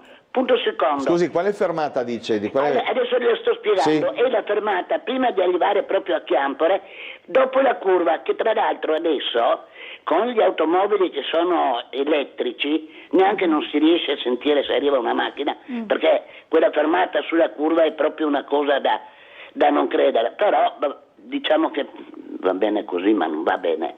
L'importante è il marciapiede. è una cosa da non credere. È una cosa da non credere. Io sto qua da 43 anni, sono 43 anni che lotto per questo benedetto marciapiede. Una volta perché prima era della provincia, dopo era del comune, dopo era della provincia, dopo non c'era più la provincia, dipende dalla regione, insomma dipende da tutti, dipende da nessuno. Capito. E una cosa è che io andare per scendere dal bus anche l'altro giorno, un miracolo che non sono caduta. Capito, signora. Okay. Insomma, sono cose che... E un'altra cosa è la stradina che porta per me verso Fontanella, o la Vanisella, come vuole chiamare, cioè ci sono le canne di bambù. Una volta il comune le puliva, oggi non pulisce più nessuno, non so. Mi dispiace perché io a lei l'ho votata e lo rivoterei, dico la verità. Però certe cose, insomma, fuori dal centro di Muggia si dovrebbero vedere anche queste, insomma. Va bene, grazie signora allora, della segnalazione, buona giornata. Forse difetto di memoria, non lo escludo, ma questa del marciapiede su quella curva, se ho ben capito quale, mi giunge nuova, ma questo non vuol dire nulla, nel senso, allora signora, prenda appuntamento da me in ufficio, o in ufficio, anzi meglio, facciamo un sopralluogo lì in zona, così mi mostra sia la questione marciapiede sia la questione delle canne. Vero è che la strada, quella che parte diciamo da Lazzaretto che arriva su poi a Chiampore, è una strada di nessuno, perché era una strada provinciale. Una volta, grazie al Serracchiani, no? Quindi all'abolizione delle province, non è diventata EDR perché nel passaggio si è persa nel nulla. Cioè l'EDR non l'ha presa in carico, non era del comune, quindi oggi quella strada non è di nessuno. E ci sono dei problemi anche per quanto riguarda le radici degli alberi che hanno fatto delle gobbe molto pericolose. Sono anni che il comune e la regione si palleggia questa presa in carico. Quella strada di per sé, il criterio dovrebbe essere comunale o in zona edificata o no. Quella lì è una zona non edificata, per cui dovrebbe essere extracomunale, quindi della regione. Però cercheremo di risolvere questa cosa, cercheremo di risolvere la questione del marciapiede e anche delle canne. E sta cosa della strada, adesso sono in contatto con l'assessore Amirante, ho detto però decidiamo, perché allora magari me la prendo in carico io, quindi lo dico in via ufficiosa, magari me la prendo in carico io, ma mi date i soldi per la manutenzione. Insomma, questo è il messaggio che mando alla Cristina Amirante. All'assessore Amirante. Allora sentiamo la telefonata, poi dobbiamo andare ancora in pubblicità. Pronto, buongiorno. Buongiorno, chi è in linea con noi? Pronto? Sì, buongiorno. Signora. Buongiorno. Senta, vorrei fare una domanda al sindaco di Muggia. Prego. Se è possibile. Sì. Entro maggio di quest'anno ci hanno promesso i ristori dell'alluvione del 2019. Siamo quasi alla fine, vorrei sapere cosa ne pensa. Capito? Penso male perché non si può aspettare 6 anni, lì ci sono state delle ripetizioni da parte della regione, il comune tramite la polizia locale fa solo appunto da tramite, quindi questo volevo dire, questo non vuol dire però che politicamente non debba dare delle risposte. Dovrebbe essere entro fine maggio è agli sgoccioli, mi informerò poi in regione che se non è stato fatto ancora che si muovano a ottemperare a quelle che sono state le promesse appunto di risarcimento. Ci sono state anche delle problematiche riguardo anche talune dichiarazioni che non erano proprio fatte in maniera onesta, diciamo così, perché qualcuno si è approfittato e quindi si è dovuto rifare per 2 volte l'iter, insomma una storia lunghissima, però sarebbe ora appunto che si arrivasse alla conclusione. Mi informerò poi della questione. Sì. Della questione ristori, insomma. Grazie intanto, buona giornata. Noi dobbiamo fermarci per una piccola pausa pubblicitaria, a fra pochissimo.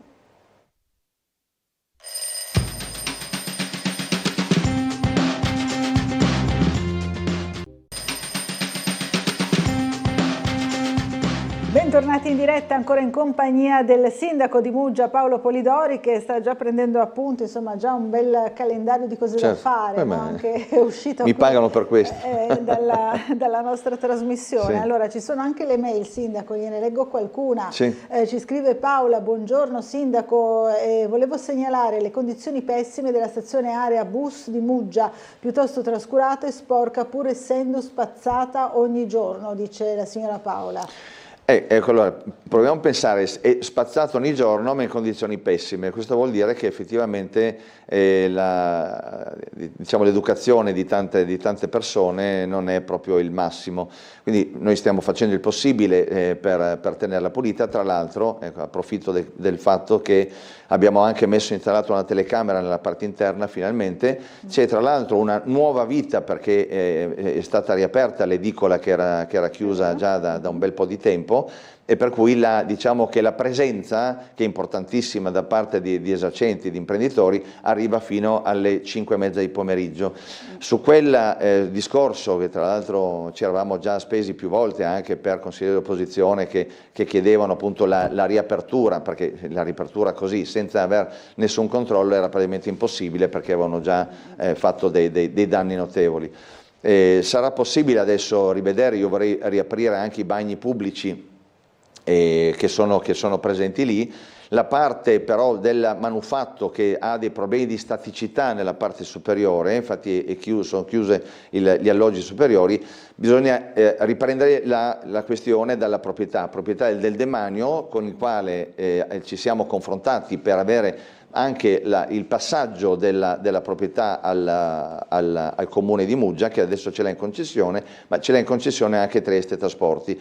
Anche con Trieste Trasporti stiamo facendo dei ragionamenti per rimettere in sesto quella struttura anche dal punto di vista statico, quindi poter usufruire degli alloggi superiori, e quindi di dare una diciamo rinfrescata e anche un nuovo modo per utilizzarla, magari anche nelle ore pomeridiane o serali. Questo è un progetto, stiamo andando avanti passo dopo passo. Questa delle telecamere è sicuramente un passo importante per la salvaguardia della parte interna. Sulla parte pensiline le telecamere ci sono già, non dimentichiamocelo. Ci sono già, è vero. Sì. Da Antonio, buongiorno a tutti voi, chiedo al signor Sindaco se il progetto Triestina va avanti o si è fermato. Domanda secca. Allora, abbiamo già digerito la partita pazzesca del ritorno col Candiero, che è durata secondo me giornate intere, perché non finiva mai. Poteva andare meglio, ma l'obiettivo è stato raggiunto, quindi la salvezza sul campo c'è. E ovviamente dal minuto dopo si è aperta la questione relativa a quello che sarà il futuro della Triestina. Per oggi, ad oggi diciamo, non c'è nulla di ufficiale, ci sono delle scadenze da ottemperare già il 30 maggio, perché è vero che il 6 giugno bisogna iscriversi, ma già entro il 30 maggio bisogna ottemperare e c'è bisogno di nuove risorse. Io posso dire che nel mio piccolo mi sto muovendo anche per vedere con altri investitori che vengono da altre parti, ma non aggiungo altro.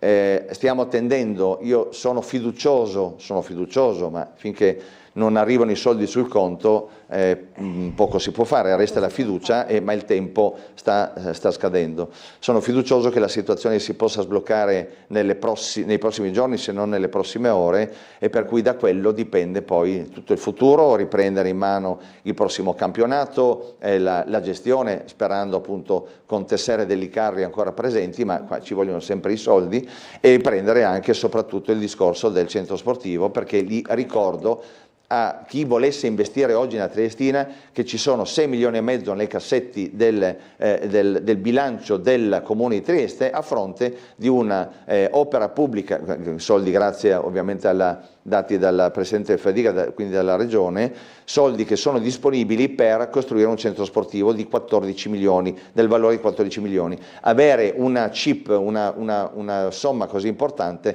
secondo me può essere, anzi è una cosa allettante dal punto di vista imprenditoriale, quindi chi dovesse ascoltare in questo momento, se la questione non è ancora risolta da parte del Presidente Rosenzweig, ebbene sappia che ci sono ancora poche ore disponibili per portare avanti, a meno che poi non si riprenda il discorso dopo che ci si è iscritti al campionato e si sia risolta la parte finanziaria. Penso che il discorso resta comunque aperto, però la fiducia c'è. Bene, la fiducia c'è, questo è importante. Allora, Roberto ci scrive: buongiorno a tutti, abito a Roiano ma vengo spesso a Muggia, di recente ho scoperto un bel paradiso sul lungomare del Lazzaretto. Bene, cioè, non c'è una parte però, non c'è un però, ma però non c'è. Beh, fa piacere ovviamente, fa piacere. Allora, su questo io potrei dire che il lungomare, che è già bellissimo, stiamo mettendo a posto anche il pezzo mancante della ciclopedonale, no? Tra quello che si diceva prima, quel pezzo che è stato preso da Agustin.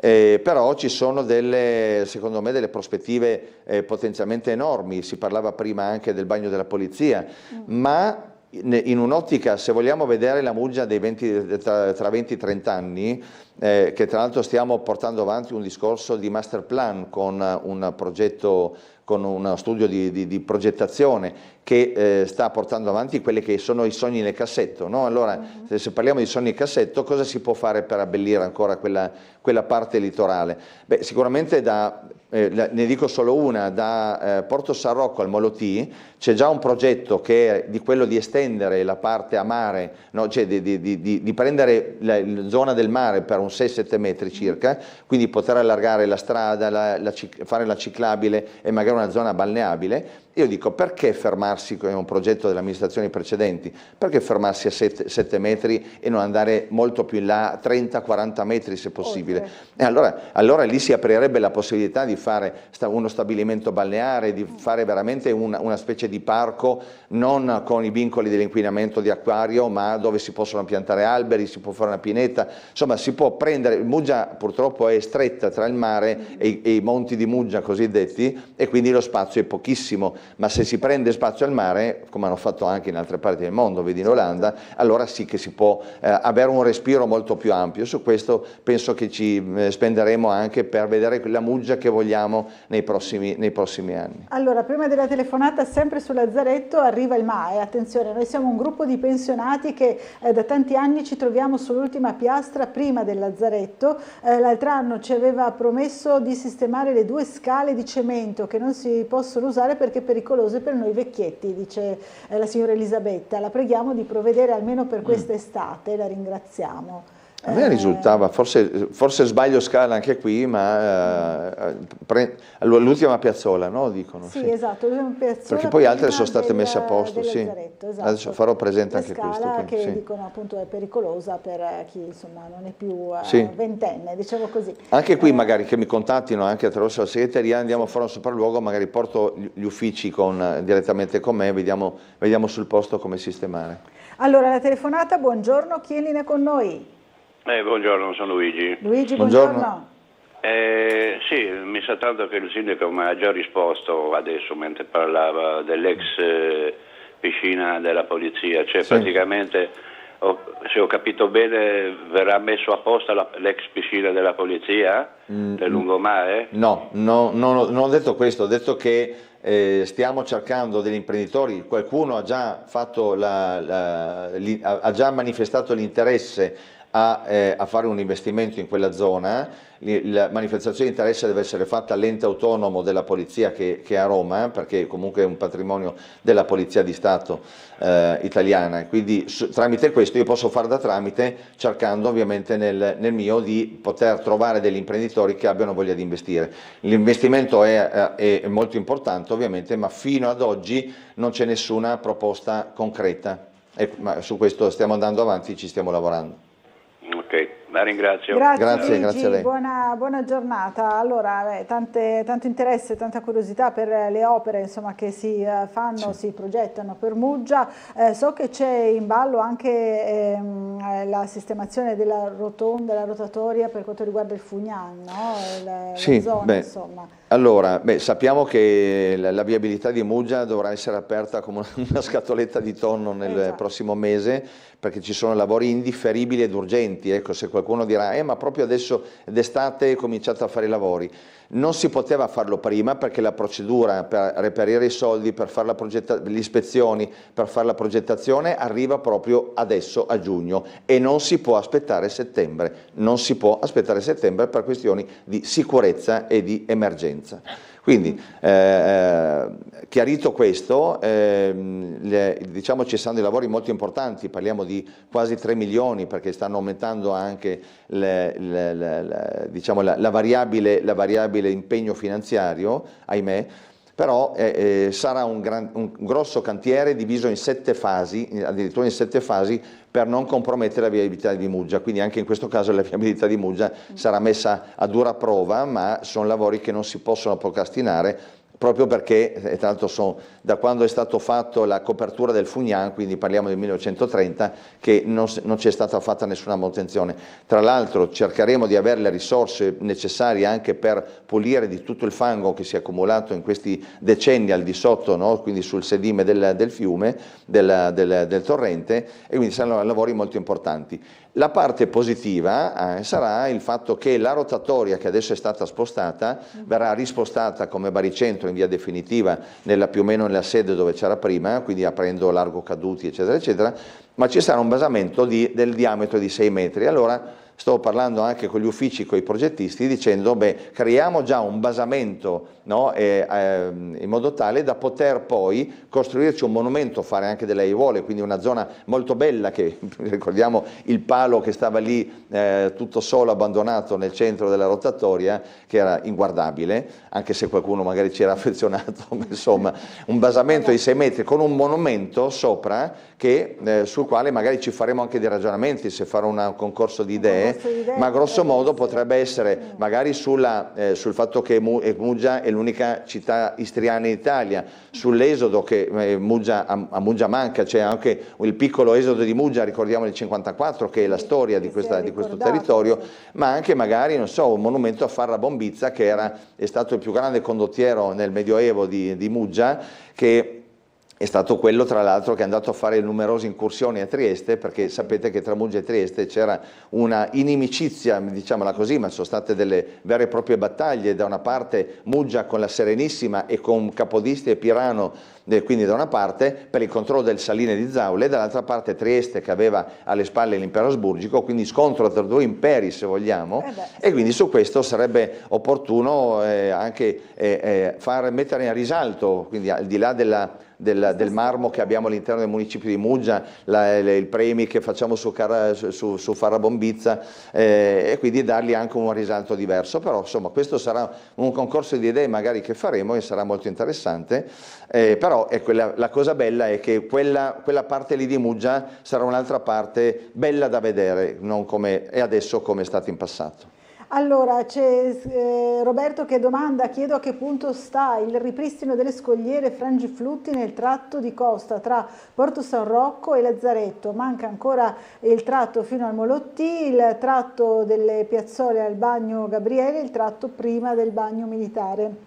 Base logistica, sì. Dice Roberto. Sì, allora su questa parte qui abbiamo le risorse destinate dalla protezione civile direttamente al comune di Muggia. Ovviamente questo è uno dei lavori che possono essere differiti e non ci neanche azzardiamo di farli durante l'estate, saranno lavori che verranno ripresi sicuramente entro fine anno, quindi manca una parte di circa un fronte di più o meno 200-300 metri per arrivare quasi fino alla base logistica, e su quello andremo a mettere in sicurezza anche quella parte di litorale che si è visto in questi ultimi anni con le varie libecciate, può essere veramente devastante in quella zona, perché c'è proprio è un fronte perpendicolare a quello che il fronte dei venti che montano sul mare, che quindi ha creato tanti danni 2 anni fa. Allora, ci sono altre mail, c'è Gianfranco che la ringrazia. Volevo ringraziare il sindaco Polidori per aver ascoltato il mio suggerimento per quanto riguarda il prodotto Sea-Track che avevo visto a Düsseldorf per l'accesso al mare in autonomia delle persone in carrozzina, come suggerimento che ha recepito anche il sindaco di Duino Gabrovec. Sì. Ecco, su questo ringrazio il telespettatore, perché stiamo andando avanti anche su quello, anzi le risorse ci sono, c'è stato già il sopralluogo da parte dell'impresa, c'è stato fatto l'ordinativo del manufatto, abbiamo anche, ecco questa è l'ultima novità, grazie anche al supercondominio attraverso Maurizio Bucci, che è l'amministratore, che ci metterà a disposizione la parte magazzino e anche la parte infermeria che sarà necessaria, quindi anche il ricovero degli attrezzi nel momento di sera, che dovranno essere smontati, perché sennò lasciarli lì alla portata di tutti sarebbe pericoloso. E quindi siamo pronti, e quindi dipende soltanto dall'azienda, che ci ha promesso che entro l'estate, diciamo entro l'estate, quest'estate ovviamente, ci sarà la possibilità appunto per i disabili di avere un accesso diretto al mare, che è una cosa veramente storica per Muggia, perché fino adesso non c'è mai stata questa possibilità. Hanno fatto altre rampe ma che arrivano a 20-30 centimetri, quindi anche errori di progettazione, non voglio parlarne, vediamole in positivo. Quindi entro l'estate ci hanno assicurato, ed è tutto pronto per poter fare l'installazione, ci hanno assicurato che ci sarà la possibilità di accedere al mare per i disabili. Allora, vediamo la vignetta di Marco Inglaro, sempre sul pezzo, dedicata al basket, la squadra che ha fatto domanda per istituire il prossimo anno il tiro da 4, non sarebbe male, grazie a Marco Inglaro, non è finita bene, però insomma accidenti, no. Hanno dimostrato di aver però effettivamente questo è il tiro da 4, visto che abbiamo dei tiratori che tirano ben al di là della linea di 3 metri, sicuramente darebbe un valore aggiunto alla squadra, questo sì, ahimè. Però vabbè, diciamo che anche qui vediamo, c'è stato comunque un bel campionato, varie vicissitudini, però insomma alla fine poteva andare meglio. Se guardiamo quello che è la realtà dello sport, del massimo sport a livello cittadino, sicuramente il basket ha battuto la Triestina da questo punto di vista. Poi c'è anche la pallanuoto che bisogna ricordare, quindi abbiamo delle realtà, la pallamano, quindi abbiamo delle bellissime realtà che devono sicuramente essere incentivate. Allora, altre 2 domande da parte dei nostri telespettatori. Monica scrive: buongiorno, volevo chiedere al sindaco cosa ne pensa della situazione della Tirso, visto che l'unico imprenditore che doveva acquisire si è svincolato, non sicuramente per colpa sua. Mercoledì abbiamo un incontro in regione, non so se c'è un piano, altrimenti 160 persone saranno disoccupate entro settembre. C'è grande preoccupazione, no, per questa situazione. Grande preoccupazione. Purtroppo questa tegola che è caduta perché sono venute fuori nuovi costi. Io spero che, per quanto riguarda lo stabilimento, no? Quindi Roncadin ha giustamente detto ma noi su questo budget non ci stiamo più, e quindi io spero che dal punto di vista della regione si riesca a trovare il modo per riuscire comunque ad agevolare l'ingresso. Io non so se ci sono ancora i termini, ma sembra che da questo punto di vista la situazione sia abbastanza compromessa. La speranza è che comunque la bravissima assessore Rosolén riesca a trovare una ripresa poi delle possibilità. No, ovviamente non bisogna creare aspettative, la situazione in questo momento non è bella, non è buona, però insomma anche qui la fiducia e la speranza deve accompagnare il lavoro serio che viene fatto sicuramente da parte regionale. E che viene fatto sicuramente, è vero. Allora, mercoledì questo incontro, allora sentiamo la telefonata. Pronto, buongiorno, chi è in linea con noi? Sono in linea? Buongiorno. Sì, buongiorno. Pronto? Buongiorno. Sì, buongiorno signora. Buongiorno, allora, buongiorno, io sono un'abitante della Boa. Sì. Volevo chiedere al signor sindaco, tutto bello, tutto bellissimo, però i controlli sul terrapieno di Boa Beach noi non li vediamo. Noi abitanti della Boa non viviamo più, perché qui vengono pomeriggio, potete chiedere a autisti della 7, 30, 25 persone, fanno di tutto, fumano, bevono, bestemmiano, prendono di mira proprio il chiosco in mezzo, dove ce n'è un piccolo ufficio anche della vostra polizia municipale. Saltano sui tetti, sulle pergole, i palloni che vanno in strada, sulle macchine che frenano. Un disastro, ma un controllo. Poi passa la polizia alle 9 di mattina, no, i controlli dopo le 3 di pomeriggio, perché è qua finché non scappa qualcosa di grosso, non voglio dire che cosa, in strada, non si farà niente. E noi abitanti della Boa siamo esasperati. Non se ne può più. Grazie signor sindaco, arrivederci.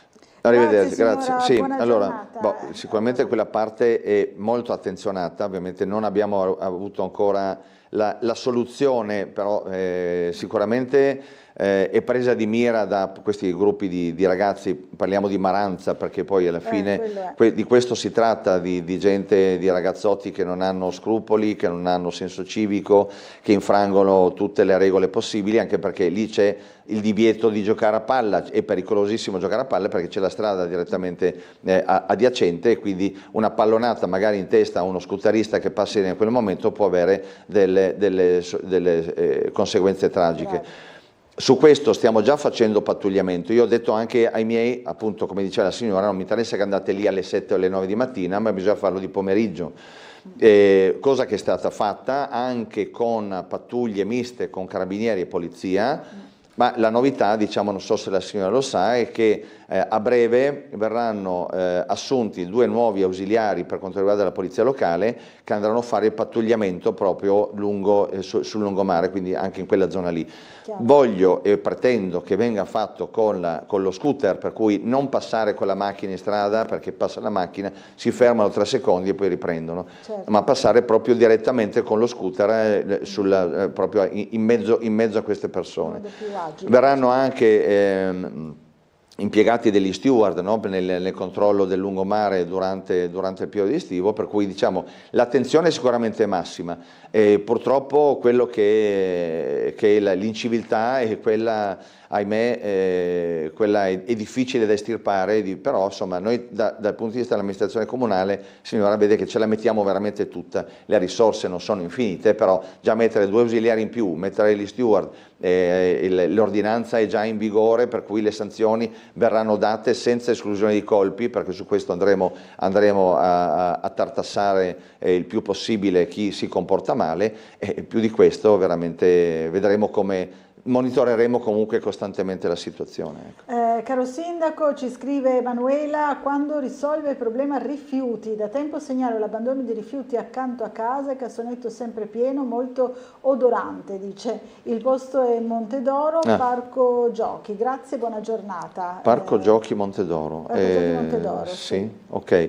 Allora, intanto per quanto riguarda la raccolta di rifiuti, se ci sono segnalazioni, ma a me risulta, a parte questa, che è una segnalazione che invito a farla, poi magari me lo segno, adesso ci sono tante cose di cui prendere nota, ma magari se mi manda anche una mail come memoria, poi andrò a verificare. Per esempio mi è successo la stessa cosa, perché c'è anche lì l'inciviltà da parte di alcuni. Parlo di zona per esempio di Borgo San Cristoforo, nella parte bassa, prima di arrivare sul lungomare, ci sono dei cassonetti che erano presi di mira da chi scende dalle parti alte, che invece di farla differenziata, di fare il porta a porta, io mi rendo conto che nei giorni prestabiliti è un po', però questo è stato scelto come sistema, che posso condividerlo, no, nella misura in cui questo è sostenibile, ma se hai una casa col giardino, il porta a porta te lo puoi anche fare, prevedendo anche le giornate di recupero dei rifiuti. Ma così non avviene, perché tanti passano di là e buttavano, addirittura penso dalla macchina, i sacchi dentro i bidoni che si riempivano, tanto senza farla differenziata. Abbiamo risolto quella parte lì mettendo delle chiavi e dando le chiavi ai proprietari delle case lì vicino, e sta andando bene. Ma cosa è successo? L'inciviltà si è spostata a monte, cioè nella parte sopra altri cassonetti senza chiavi, e lì andavano a riempirli ogni 2 giorni. Anche lì metteremo il sistema chiavi, per intanto ho fatto un rafforzamento dei prelievi, non si può dire magari, ma vanno a prelevare più volte alla settimana, ma lì anche lì metteremo le chiavette. Io passo di là ogni giorno, che ne dica qualcuno che in maniera sbrigativa, perché hai i social, no? Scrive il comune e il sindaco, il nulla da parte del comune e da parte del sindaco. Sono andato lì il giorno dopo, bastava che questa persona mi contattasse, io l'avrei fatto anche senza proclami su Facebook dove si dice che il sindaco non fa nulla. Il giorno dopo, e ogni giorno passo di là, faccio il giro all'interno del piazzale dove ci sono i contenitori, e già con questo tipo di prelievo non c'è più l'emergenza che c'era prima. Andremo a mettere le chiavi, vedremo adesso Montedoro, ma riprendendo il discorso generale, noi stiamo predisponendo adesso, andremo a scadenza con la NET, che è il gestore che ha fatto fino a questo momento, società in house, e la propensione è quella di andare a gara, quindi di andare a gara dal prossimo anno, per dare una nuova anche strategia per quanto riguarda la raccolta dei rifiuti.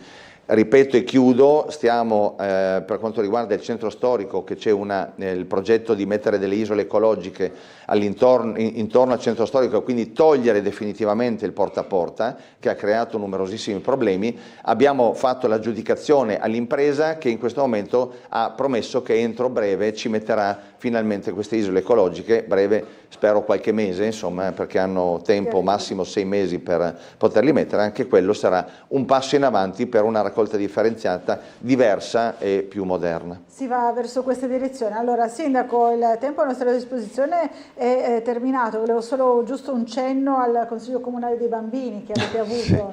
Una bella cosa. È stata una cosa veramente molto bella. Io ho ricevuto una lettera scritta a mano, alla quale ho risposto a mano, dove si diceva possiamo avere un incontro, parliamo delle cose di Muggia, eccetera, eccetera.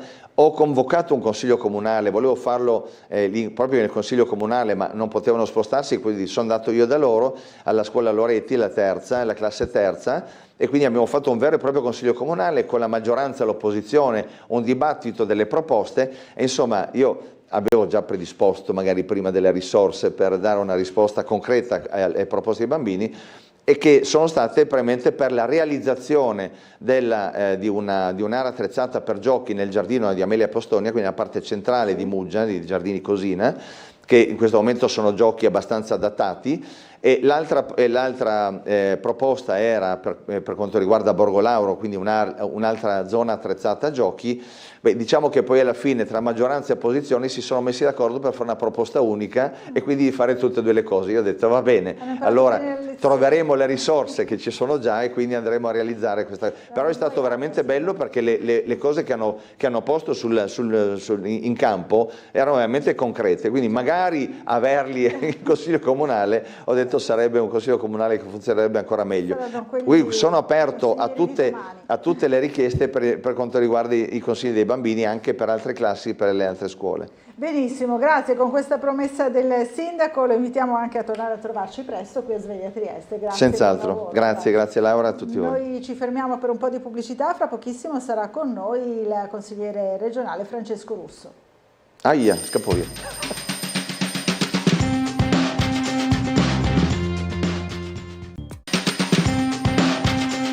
Bentornati in diretta, allora diamo subito il buongiorno al vicepresidente del Consiglio regionale Francesco Russo. Buongiorno e buona settimana a tutti. Buona settimana, buon inizio settimana anche a lei. Insomma, quella passata è stata abbastanza impegnativa, no? Tra iniziative che insomma avete fatto per quella che è la situazione drammatica a Gaza e questo sciopero della fame. Sì, vorrei iniziare con questo, perché anche se è un tema diciamo nazionale e internazionale, ma oggi insieme a circa 1 migliaio di amministratori in tutta Italia, di destra e di sinistra, in questa rete di amministratori molto bella che è nata trasversalmente ai partiti dopo la settimana sociale che si è svolta proprio qui a Trieste, abbiamo deciso di proporre una giornata di digiuno per le vittime di Gaza, perché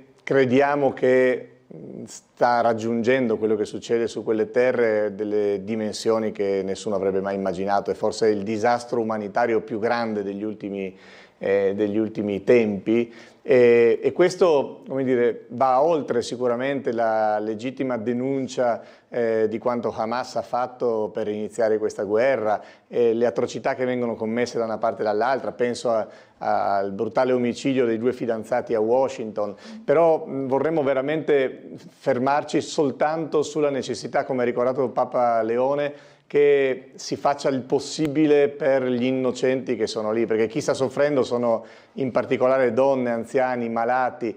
Abbiamo visto queste colonne di cibo ferme al confine che non riescono a entrare, mentre dentro la striscia di Gaza c'è la carestia.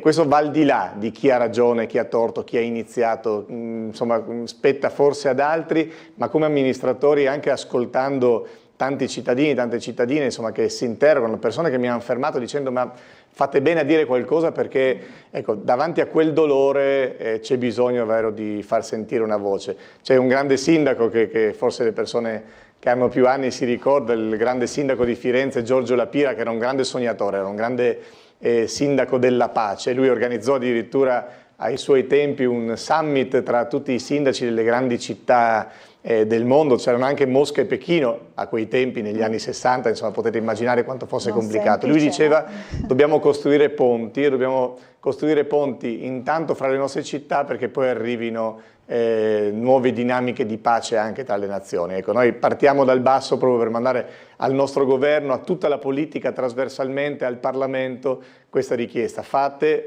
presto e fate quello che è possibile perché donne e bambini non possono pagare per le colpe della storia. Insomma, raccontiamo volentieri questa iniziativa del digiuno appunto per queste motivazioni. Tra l'altro insomma anche oggi i giornali sono pieni, no, di quello che Sì, anche i giornali nazionali, mi ha fatto piacere che ci sia molta visibilità. Oggi insomma avrò molte interviste, ci sono già tante testate che hanno riportato, davvero è una cosa, alcuni continueranno questo sciopero anche nei prossimi giorni, quelli più bravi, però sicuramente diamo un segno, facciamoci sentire. Qualcuno ha usato nei giorni scorsi no, dei lenzuoli, ripeto, al di là del giudizio che si dà sulle parti in causa, le responsabilità sono abbastanza evidenti, insomma tutti difendiamo la possibilità che Israele ha di combattere Hamas, il terrorismo e anche di sradicarlo, però evidentemente che queste decine di migliaia di morti insomma non possono lasciarci in silenzio e che anche guardare senza fare nulla diventa colpevole. Allora c'è una telefonata, pronto, buongiorno, chi è in linea con noi? Buongiorno, sono Paolo. Paolo, buongiorno. Buongiorno, voglio fare una domanda al suo ospite. Prego. Volevo fare una domanda sui referendum. Sui referendum. Ma i referendum su 5, giusto? Ci sono 4 che riguardano l'ambito del lavoro, job act, cose varie, no? Ma queste, premetto che io ho fatto l'operaio per tutta la vita, ho sempre lavorato, ho fatto il lavoro, adesso fortunatamente sono riuscito a scappare in pensione, a godermi la mia piccola pensione.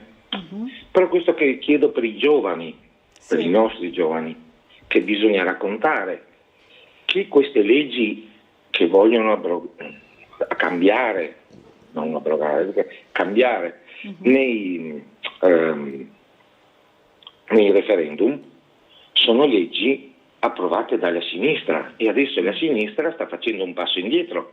Perché non dicono facciamo un passo indietro, abbiamo sbagliato a fare questo, Job Act, la legge sulle pensioni, sui diritti di chi viene licenziato? Questo non viene mai detto dalla sinistra. E lei che è un uomo di sinistra attende una sua risposta. Capito Paolo. Una buona giornata. Grazie Paolo, buona giornata a lei. Allora, tema referendum, no? I 5 referendum, 4 dei quali riguardano il mondo del lavoro, no? I 4 quesiti. Sì, non abbiamo tempo per andare a vedere nel dettaglio i singoli referendum. Io faccio innanzitutto un invito, l'invito ad andare a votare.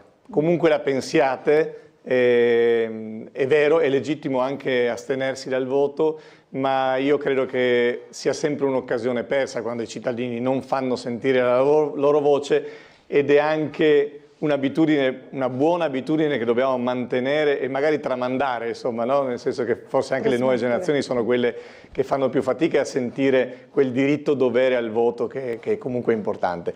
E il telespettatore ha fatto una domanda assolutamente legittima e sensata.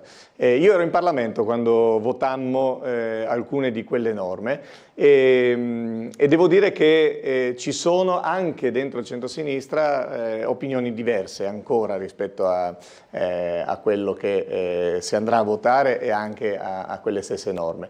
Io ancora non so come voterò sui singoli referendum, so che ci sono da un lato le giuste ragioni di chi dice che noi dobbiamo tutelare il lavoro. Dobbiamo tutelarlo, ad esempio, penso sicuramente il referendum che vede la normativa sui subappalti, la responsabilità maggiore di chi dà in subappalto rispetto agli infortuni sul lavoro. Se io ho la responsabilità di un cantiere, non posso delegarla a chi subappalto.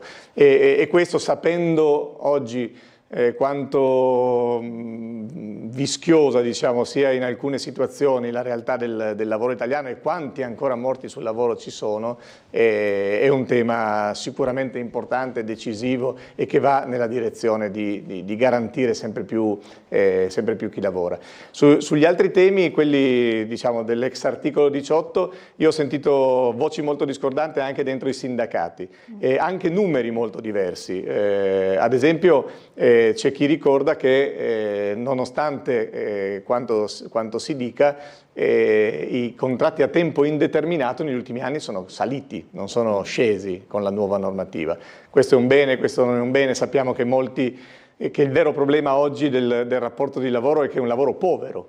Che in Italia il problema sono gli stipendi, ci sono 2 pagine oggi sulle pensioni, ma anche sulle pensioni povere, ma anche gli stipendi sono poveri.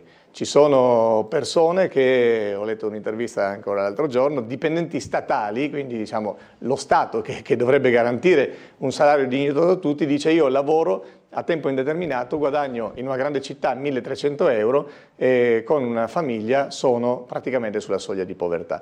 Quindi il tema è complesso, perché non si tratta soltanto di capire il tempo determinato, indeterminato. Ripeto, negli ultimi anni paradossalmente si temeva che la nuova normativa favorisse il lavoro precario, invece il lavoro a tempo indeterminato è cresciuto, ma sono molto di meno quelli che sono gli stipendi che le persone guadagnano. E anche rispetto all'articolo 18 c'è chi dice, anche nel centro-sinistra o nel sindacato, che questo non ha cambiato sostanzialmente le modalità con cui ci sono garanzie per i lavoratori nelle fabbriche, e chi invece denuncia ancora la possibilità di licenziamenti facili. Sono temi che vanno visti uno alla volta. Ripeto, su alcune cose ci sono stati degli errori. Io sono stato il primo ad ammettere le responsabilità del mio partito, insomma, anche quando questo, come è noto, insomma, mi faceva entrare in rotta di collisione con qualche leader del Partito Democratico, e ci sono alcune cose invece più puntuali. Io invito tutti quanti ad andare a votare e a leggere, a studiare, ad approfondire i temi, ascoltando possibilmente anche le 2 campane. E farsi un'idea, insomma, però andare a votare. Allora, una telefonata. Pronto, buongiorno, chi è in linea con noi? Buongiorno a lei, Marino. Marino, buongiorno. Buongiorno. Signor Russo, buttiamole un poco sul semi-ridicolo. Dai. Quando che vedo lei, mi viene in mente 3 robe. La signora Savino, i versi dell'Inferno de Dante del primo canto e la probabilità commutativa della moltiplicazione. Le spiego.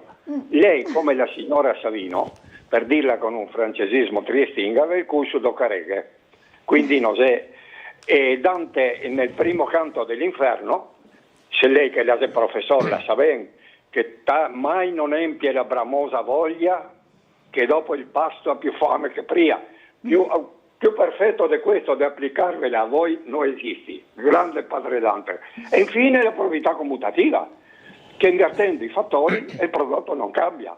Lei la cadocareghe, Savino cadocareghe, chissà quanti altri che cadocareghe. Gente come voi, rispettabile finché se vuoi, ma che vivi con migliaia e migliaia di euro al mese. Non devi venire a parlare qua dei lavoratori, di gente che non ve la fa, perché sei una ciolta in giro, signor Russo.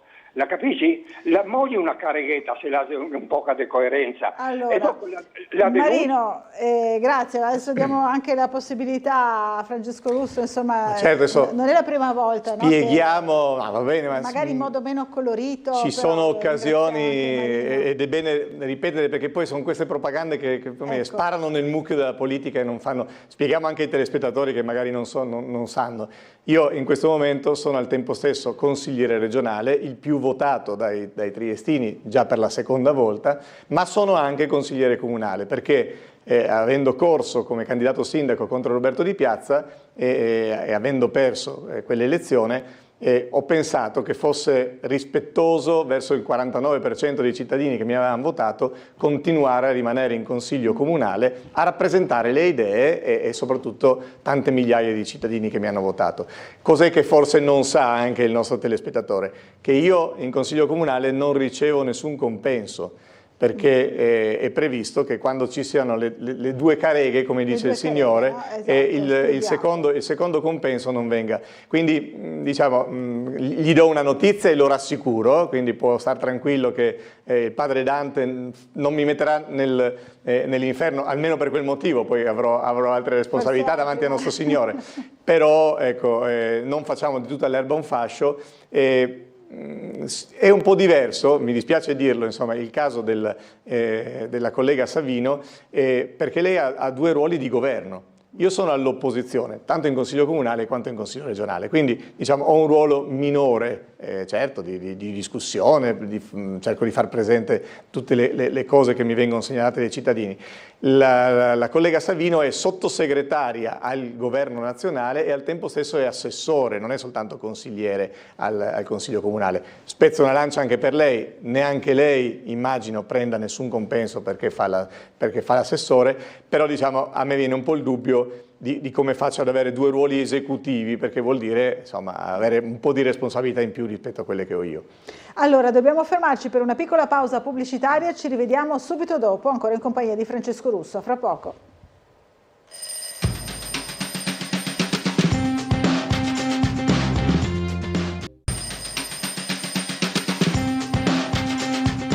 Bentornati in diretta, eccoci ancora in compagnia di Francesco Russo che sta rispondendo alle vostre telefonate, alle vostre mail, fra poco ne leggerò qualcuna, ma c'è già una telefonata in attesa, la sentiamo, buongiorno.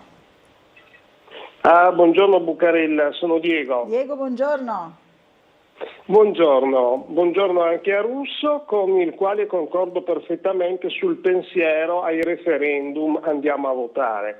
Andiamo a votare perché? Perché dopo la riforma Fornero che ha creato gli esodati, penso che le leggi approvate all'epoca con l'impulso di Matteo Renzi, uno dei peggiori presidenti del Consiglio italiano dei tempi moderni, si è fortemente indebolito proprio con il Job Act quello che è il ruolo e i diritti dei lavoratori, compreso lo statuto dei lavoratori e soprattutto con la cancellazione dell'articolo 18. Quindi ritengo appunto che sia utile andare a votare sull'argomento. Poi per alleggerire l'argomento chiederei appunto al consigliere regionale Russo se Trieste, che ormai è una città fortemente deindustrializzata, ma che punta sul turismo povero tra l'altro, che incrementa anche stipendi poveri per i lavoratori e per i giovani, se Trieste si merita almeno quello che è un collegamento utile e quindi il collegamento marittimo Trieste-Grado. Ecco, sull'argomento vorrei appunto sapere cosa ne pensa l'ospite. Con questo io pensavo Lovovia, pensavo. Ma okay. No, Lovovia ormai lasciamolo nelle mani di Piazza, assieme al rifacimento di Piazza Unità, ecco. Quindi sulla Trieste-Grado almeno una buona parola. Grazie. Grazie giornata. Diego, buona giornata a lei. Allora, sul referendum insomma condivide e poi chiede se non si merita Trieste, che punta sul turismo, un collegamento con Grado via mare. No, è una buona parola, c'è solo da sperare. Io negli ultimi anni ho incalzato gli assessori regionali perché quello che è successo su quella tratta è davvero una cosa imbarazzante. Insomma, se ricorderanno i telespettatori imbarcazioni che si imbarcavano acqua, che erano a rischio di naufragio, collegamenti saltati, davvero una brutta prima pagina, diciamo, anche rispetto a quello che i turisti possono leggere di noi. E c'è una notizia positiva: finalmente la Regione ha preso atto degli errori fatti negli ultimi anni e sembra che abbia deciso di occuparsene in prima persona, quindi togliendo l'incombenza all'azienda di Gorizia che lo seguiva e che l'ha gestito veramente in maniera pessima, e quindi speriamo, ecco, da questo punto di vista, insomma, perché ci sono degli operatori, insomma, pensiamo al delfino verde, no? Quanto positivo sia e quanto efficiente sia quel servizio, insomma, onestamente quello che è successo in questi anni è talmente inverosimile e incredibile, insomma, a dimostrazione, ecco, insomma, che nonostante tutti i soldi dell'amministrazione Fedriga, insomma, alcune cose sono state veramente lasciate andare, nonostante ci fossero tanti turisti e tanti anche residenti che chiedessero a gran voce quel servizio. Allora, un'altra telefonata subito. Pronto, buongiorno, chi è in linea con noi? Pronto, buongiorno, sei in linea? Sì, buongiorno. Buongiorno, saluto a lei Bucarella, alla redazione, gentile ospite, e a tutti i telespettatori di Tele4. Buongiorno. Allora, io volevo proporre una riflessione, gentile ospite, partendo però da un assioma, cioè che il non andare a votare è come, diciamo, essere obesi. L'andare a votare è come, diciamo, fare mettersi a dieta e fare esercizio fisico, porta solo che salute. Poi voglio aggiungere, dopo passo alla domanda, voglio aggiungere che in America c'è un proverbio che dice: quando il cittadino si disinteressa della politica, la politica si disinteressa del cittadino, e ne vediamo i risultati. Allora, partendo da questo assioma che bisogna andare a votare, la domanda è questa. Allora, noi, diciamo, dovremmo o abolire o conformare delle leggi che fondamentalmente, partiamo dal presupposto che le aboliamo, che tutto più o meno ritorni prima, a parte la cittadinanza, diciamo, degli extracomunitari da 10-5 anni, ma questa è una questione, diciamo, mia personale, ma facciamo finta che vinca praticamente il no. Allora noi cambiamo, ritorniamo più o meno a una normativa decente e decorosa nei confronti della popolazione, però voglio richiamare la sua attenzione, che lei sicuramente sarà, che nella Costituzione italiana è previsto che le norme internazionali sono, diciamo, a rango superiore a quelle nazionali. Se noi andiamo a vedere, diciamo, le normative europee, vediamo che le normative europee, per quanto riguarda lavoro e cittadinanza, allora, per quanto riguarda il lavoro, la faccenda degli indennizi sarà addirittura peggiorativa. Parlo quello che prevede la normativa europea. Per quanto la cittadinanza, diciamo, gli extracomunitari prevedono che dopo 5 anni loro, diciamo, si beccheranno la cittadinanza. Ora, ammettiamo che vinca il no, come io spero, diciamo, tifo, no? Augura, sì. Però a questo punto va a collidere con le normative europee che riportano tutto quanto come prima, addirittura peggio. Come si combina questo? Grazie, buongiorno. Grazie a lei, buona giornata. Questo è il timore, insomma, del nostro telespettatore, no? No, beh, intanto sposo diciamo, il suo invito al voto e alla responsabilità, perché la verità è che la democrazia funziona soltanto se ce ne occupiamo tutti. E il modo minimo, guardate, non è il massimo, è quello di andare a votare. E il cittadino dovrebbe, io vi invito davvero, insomma, a seguire anche quello che facciamo tra un voto e l'altro. Perché è importante che voi vediate cosa facciamo davvero, le proposte che facciamo, come ci comportiamo, qual è il curriculum delle persone che si vanno a votare. Insomma, serve più attenzione, non basta, no, accendere la televisione la settimana prima, guardare un dibattito, vedere chi è più simpatico e poi votare. Quindi intanto andiamo a votare al referendum. Sul resto voglio rassicurarlo, la normativa europea nel campo del lavoro è una normativa di base, nel senso che garantisce i diritti minimi, ma molto spesso, per fortuna, la legislazione italiana è una legislazione superiore. Penso addirittura in alcuni casi anche al reddito minimo, insomma, ma non soltanto. Quindi le garanzie che il sistema italiano, a partire dallo Statuto dei lavoratori, ha offerto erano spesso superiori a quelle mediamente garantite in giro per l'Europa. E lo stesso vale per la cittadinanza, dove io invece invito fortissimamente a votare sì, poi magari lo spieghiamo un attimo.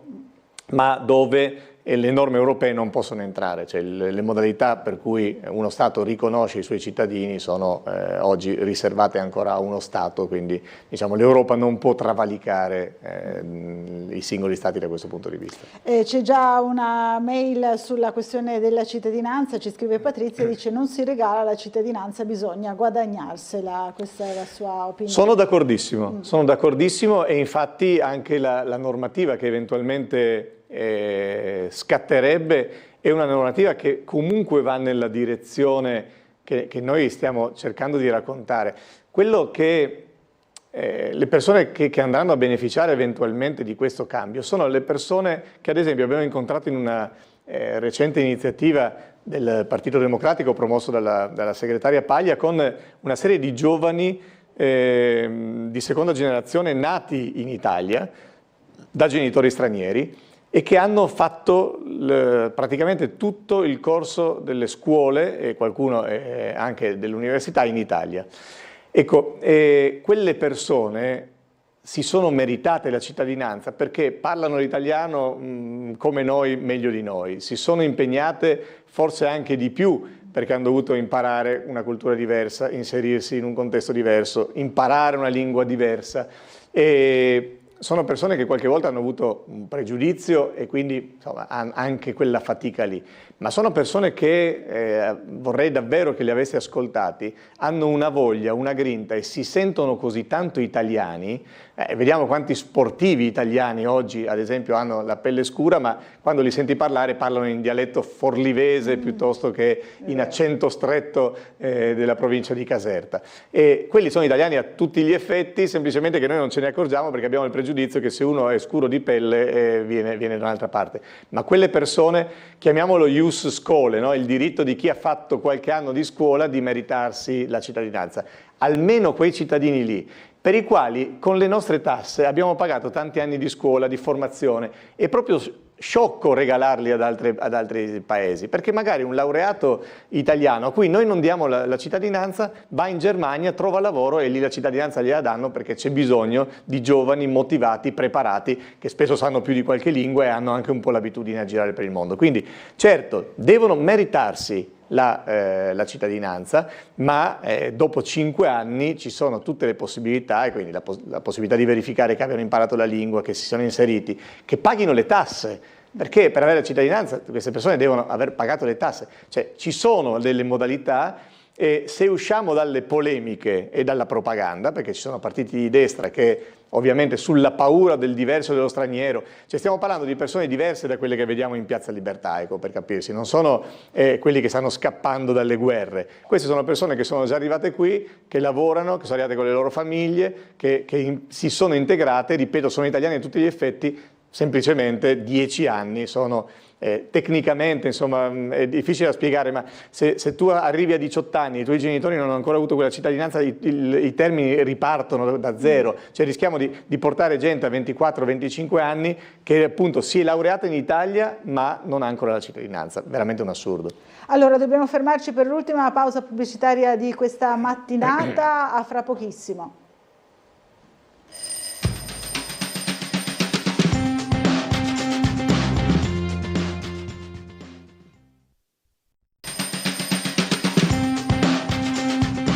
Bentornati in diretta, ancora in compagnia di Francesco Russo. Allora c'è subito una telefonata, la sentiamo immediatamente. Buongiorno, chi è in linea con noi? Pronto? Buongiorno, sì, sono in linea? Sì, buongiorno. Mi chiamo Fulvio, conosco Russo, siamo visti tante volte alle proteste contro il Consiglio Comunale di Trieste. Volevo toccare 2 punti. Dica. Prima di tutto è pena andare a votare e seconda cosa toccare quello sulla sicurezza sul lavoro. Purtroppo ci sono 500.000 denunce annuali di infortunio sui lavori, di quasi più di 1.000 morti all'anno e purtroppo i dati 24 su 23, quelli del governo Meloni, sono in aumento, questo è molto grave. Dati dei primi 3 mesi del 2025 sono aumentati sia gli infortuni e sia le morti purtroppo del 4%. nonostante che il governo Meloni dice stiamo investendo, stiamo facendo le leggi, e questo è insopportabile, bisogna attuare delle norme, più ispettori, non so il numero, a me risulta che non sono aumentati gli ispettori che controllano, più norme di sicurezza e più corsi di formazione, questo con i soldi dell'INAIL, perché i soldi dell'INAIL sono versati ai lavoratori e alle aziende, perciò sono soldi nostri, tra virgolette. Poi volevo toccare un punto sul problema industriale nella provincia di Trieste, che Russo so lottato tante volte. I problemi, la giunta Fedriga è 7 anni al governo della regione e la crisi Flex se la sapeva da tanti anni. E perciò cosa hanno fatto? Niente, siamo arrivati al punto di non ritorno e mi dispiace perché io ho lavorato 40 anni in industria a Trieste e poi c'è il caso emblematico della Tirso, non si può, ho sentito prima delle feste natalizie il presidente degli industriali degli Sontino di Trieste, Venezia Giulia, dire che non ci sono problemi è stato fatto, però era un cadin nel caso di quello, però deve essere la regione a spingere logicamente le attuali proprietà di Tirso a farsi da parte e avere un prezzo, perché se no queste persone perderanno il posto di lavoro e la percentuale degli addetti all'industria sarà sempre di meno. Ogni provincia ha almeno il 15% degli addetti sul lavoro, che diciamo nell'industria ci sono stipendi adeguati in confronto, devo dire, ai servizi, bar, trattorie, ristoranti. Capito, grazie Fulvio della telefonata, buona giornata. Allora, un'analisi insomma condivido in particolare l'invito al voto e anche all'attenzione sulla sicurezza sul lavoro. Ci sono 2 punti, le norme, guardi, sbaglierò, ma le norme ci sono nel nostro paese.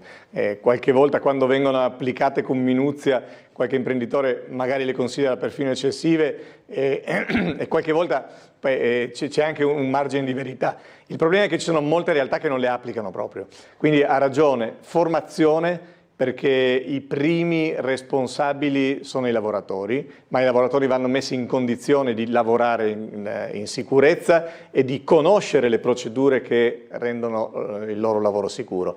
E poi sicuramente più controlli. Ripeto, non magari nelle grandi realtà che sono più e più volte controllate, ma in quelle anche di subappalto, che è il tema del referendum, in cui ci sono delle zone d'ombra dentro le quali succedono le cose di solito più gravi e sappiamo, insomma, i numeri che sono stati ricordati sono veramente impressionanti. C'è anche un'altra mail che ci scriveva proprio per la Tirso. Monica diceva: Trieste l'industria sta scomparendo, si vive di solo turismo, una città senza zona industriale non può funzionare. La questione Tirso cosa ne pensa? Ne ho parlato molte volte, però è bene che torniamo e che diamo il segno di un impegno che c'è. Ecco, su questo il centro-sinistra dice sempre le stesse cose da molti anni, purtroppo, come è stato ricordato, governa Fedriga da 7 anni, la politica industriale la fa la regione. Diciamo che mi piacerebbe vedere anche il sindaco di Piazza un po' più attivo, andare a cercare magari delle opportunità, perché dobbiamo dirlo, l'unico vero arrivo che c'è stato sul nostro territorio, che è quello di BAT negli ultimi anni, noi lo dobbiamo all'intraprendenza di Zeno D'Agostino, ma quel mestiere lì, cioè quello di andare con una valigetta in giro per il mondo a raccontare le potenzialità che su questo territorio ci sono, tra tutti i punti franchi, ma non soltanto quelli, la logistica, la qualità della vita, la vicinanza con il mondo scientifico, la possibilità di avere un'università che fornisce dei tecnici e dei professionisti preparati. Ecco, la politica dovrebbe fare questa roba qui, andare in giro e raccontarla. La verità è che, come è stato detto, a Trieste abbiamo un crollo verticale. Mediamente nelle altre province il 20% circa degli occupati sono nell'industria. A Trieste è meno del 9%. Perché è grave questo? Perché, come veniva detto anche prima, l'industria garantisce comunque dei contratti migliori, stipendi più alti, formazione, maggiore sicurezza, soprattutto quando sono grandi imprese, ricerca e sviluppo e la possibilità di avere magari un welfare aziendale di un certo tipo. Quindi lavorare per una grande industria è sicuramente meglio che fare il cameriere stagionale e purtroppo, ecco, quello che noi diciamo è che questo centrodestra in regione e in comune guarda il numero degli occupati ma non va a vedere se gli occupati che crescono sono occupati precari o che guadagnano poco. Non mi serve nulla avere 1000 camerieri in più o 1000 garzoni in più se poi alla fine queste persone non arrivano alla fine del mese con uno stipendio dignitoso e gravano magari sui servizi sociali per 1000 altri motivi. Allora, un'altra telefonata, buongiorno, chi è in linea con noi? Dottoressa, buongiorno, sono Vladi. Vladi, buongiorno. Buongiorno. Buongiorno. Vabbè. Allora, un paio di riflessioni, un paio di domande al suo ospite. Dunque, la prima riguarda il lavoro, no, nelle aziende con più di 15, meno di 15 occupati, eccetera. Qui si parla di poter reintegrare al lavoro quando c'è l'ingiusto licenziamento, eccetera. Brevemente, io ho un conoscente che già alcuni anni fa era stato riassunto in quanto licenziato ingiustamente e dopo 4 o 5 mesi che era stato riassunto ha trovato un accordo e si è allontanato dal lavoro. Perché? Perché tutti i colleghi, sapendo che lui era inviso al datore di lavoro, al suo rientro lo scantonavano per non mettersi in cattiva luce col titolare, col proprietario. Prima era ciao Giovanni, come stai? E poi è arrivato ciao Giovanni. E poi è stato anche reintegrato nello stipendio, ma demansionato come lavoro. Questa è la prima cosa. La seconda cosa, ho sentito il suo ospite dire questi poveri arrivano, imparano una nuova lingua, si sacrificano. Io non so che film abbia visto, io so, lei vada a Monfalcone a vedere quanto parlano e quanto bene parlano e poi si renderà conto. Accettano uno stipendio della Fincantieri inferiore a quello della sopravvivenza, a loro va bene perché poi fanno le rimesse a casa loro e là con 50 euro vivono un mese, quindi va bene così. Tutto quello che guadagnano non viene reinvestito in loco, ma se ne va all'estero. In più c'è il ricongiungimento familiare, quindi prende 900 euro al mese, poi arriva moglie, 3 figli, 4 figli e uno in carrozzina. Quindi non contribuiscono a nessun, anzi, e poi c'è l'italiano che va a lavorare a Fincantieri, però c'è quell'altro che prende 900 euro e Fincantieri gli dice ma se gli do 900 a lui perché devo andare 1.500 a te, scusa. Capito Vladi, questo è il discorso che fa Vladi, insomma, sulla questione poi che si ricollega alla cittadinanza. Sì, due rapidi accenni, torno sul tema del reintegro, perché è vero, come diceva, ci sono situazioni e situazioni e qualche volta il lavoratore stesso preferisce negoziare una buona uscita per andarsene. Questo perché? Intanto per la situazione che diceva, cioè, se i rapporti sono rotti è chiaro che il lavoratore è sempre quello che ha non ha il coltello dalla parte del manico. Non lo ha mai, però è anche vero che oggi viviamo un contesto un po' diverso da quello magari di 30-40 anni fa, perché oggi un operaio specializzato, un lavoratore specializzato ha molto mercato, rischia di avere abbastanza mercato, perché come vediamo le imprese cercano disperatamente lavoratori e quindi molto spesso anche in questi casi si è visto che il lavoratore è ben contento di prendersi una buona uscita perché sa che comunque troverà un'altra sistemazione a breve. In molte realtà, non in tutte, ma in molte realtà economiche questa è la situazione.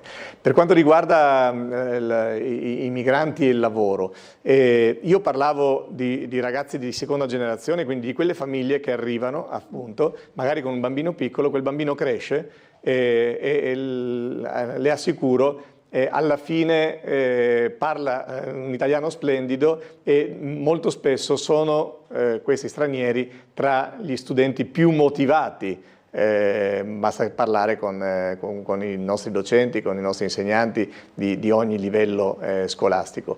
E per quanto riguarda Fincantieri è un po' più complessa la cosa di come la racconta lei, anche perché se non ci fossero questi lavoratori, noi dobbiamo fare una valutazione soprattutto, se non ci fossero questi lavoratori Fincantieri chiuderebbe. Se chiude Fincantieri, Monfalcone praticamente non esiste più, si desertificherebbe il tessuto economico non soltanto di Monfalcone, pensiamo a quanti triestini lavorano in Fincantieri. E la verità è che quel tipo di lavoro, che è ingiusto che venga pagato 900 euro, ma bisogna fare una battaglia sindacale e politica, perché Fincantieri, che tra l'altro è una controllata statale, paghi a tutti certo. E lui diceva non è Fincantieri, perché in Fincantieri probabilmente nessuno guadagna 900 euro. Certo, il problema è perché si usa il subappalto per creare queste condizioni. Però la verità è che quei lavori lì, io ho intravisto cosa significhi lavorare da saldatori sdraiati per qualche ora ogni giorno dentro una nave in costruzione. È un lavoro che, le assicuro, non sarebbe disponibile a fare lei, non sono disponibile a fare io e probabilmente i nostri figli neppure. Quindi c'è un'esigenza, così come c'è un'esigenza però di far sì che quel lavoro sia sempre più qualificato e sempre meglio retribuito, e anche di investire sulle persone che vengono. Quei lavoratori servono, perché a meno che non si decida, chiediamo ai monfalconesi se vogliono chiudere Fincantieri. Io non credo che i monfalconesi vogliano chiudere Fincantieri, vogliono sicuramente che siano create delle condizioni di maggiore integrazione. Allora, questi lavoratori forse possono essere sparsi un po' di più sul territorio, non stare tutti su Monfalcone, no? Anche nei paesi vicini, andare nelle scuole, i loro figli potrebbero frequentare le scuole di tutto il territorio in maniera tale che ci sia 2, 3, 4 bambini ogni 20 e che le classi non siano, come spesso accade, e lì capisco che è un problema, 15 su 20 che magari non parlano bene ancora l'italiano. Allora, questo però deve fare la politica, garantire buon lavoro e far sì che insomma, anche i territori che accolgono abbiano le rassicurazioni, le sicurezze e le garanzie che è giusto che ci siano. Allora, ancora una telefonata, buongiorno, chi è in linea con noi? Buongiorno? Buongiorno, pronto? Sì, pronto? Buongiorno signora. Sono in linea? Sì, è in linea, può parlare. Buongiorno. Eccola, ma sentivo che sta ancora parlando. Senta, mi ritengo una persona che si informa di quel che succede, diciamo, nella nostra città e in genere. Però una roba è importante, il modo di spiegare perché vengono fatte queste votazioni, in modo che tutti riesci a capire, perché logicamente che le parole più semplici la gente ascolta ma non comprende cosa che sta succedendo, perché che se devi andare a votare, ma parlando in modo che tutti riesci a capire. Logico che la fortuna di saper parlare correttamente in lingua, adesso stavo parlando in dialetto perché mi sento più a mio agio, ma spiegare alla gente fare, signora, tranquilla. A te le 4 se puoi parlare anche in triestino, signora. Assolutamente. Sì tesoro, grazie, ma a un certo momento la gente che ha bisogno di parole semplici, perché dovevamo andare a votare, cosa votiamo? Non sapevamo perché, non sapevamo il perché. Spesso, non no, è dei quesiti. Che sul piccolo c'è scritto le parole molto importanti per voi che sapete parlare correttamente. Però dovrebbero essere resi più semplici, insomma, più comprensibili da tutti, no? Non sapevamo nessun per cosa che andemmo a votare, è chiaro. signora. Grazie, grazie signora di questa sottolineatura. Beh, insomma, spesso... La signora, guardi, la dico così, la Garagion assolutamente. Esisti comunque tante iniziative anche in questi giorni, magari sul giornale è più complicato, ecco, è più difficile leggere, ma ci sono iniziative in cui magari si possono fare domande, ne ho vista mi pare una della CGIL in questi giorni, ma credo più di qualcuno sia per il sì che per il no organizzano, magari può essere l'idea di andare ad ascoltare e di fare una domanda se non si è capito. E a essere molto molto semplici, perché capisco che i referendum qualche volta sono anche una scappatoia per la politica che non vuole decidere e poi fa decidere i cittadini su temi anche molto complicati. Però se vogliamo spiegarla in maniera semplice, ci sono 5 referendum. Uno riguarda i tempi che servono per avere la cittadinanza in Italia.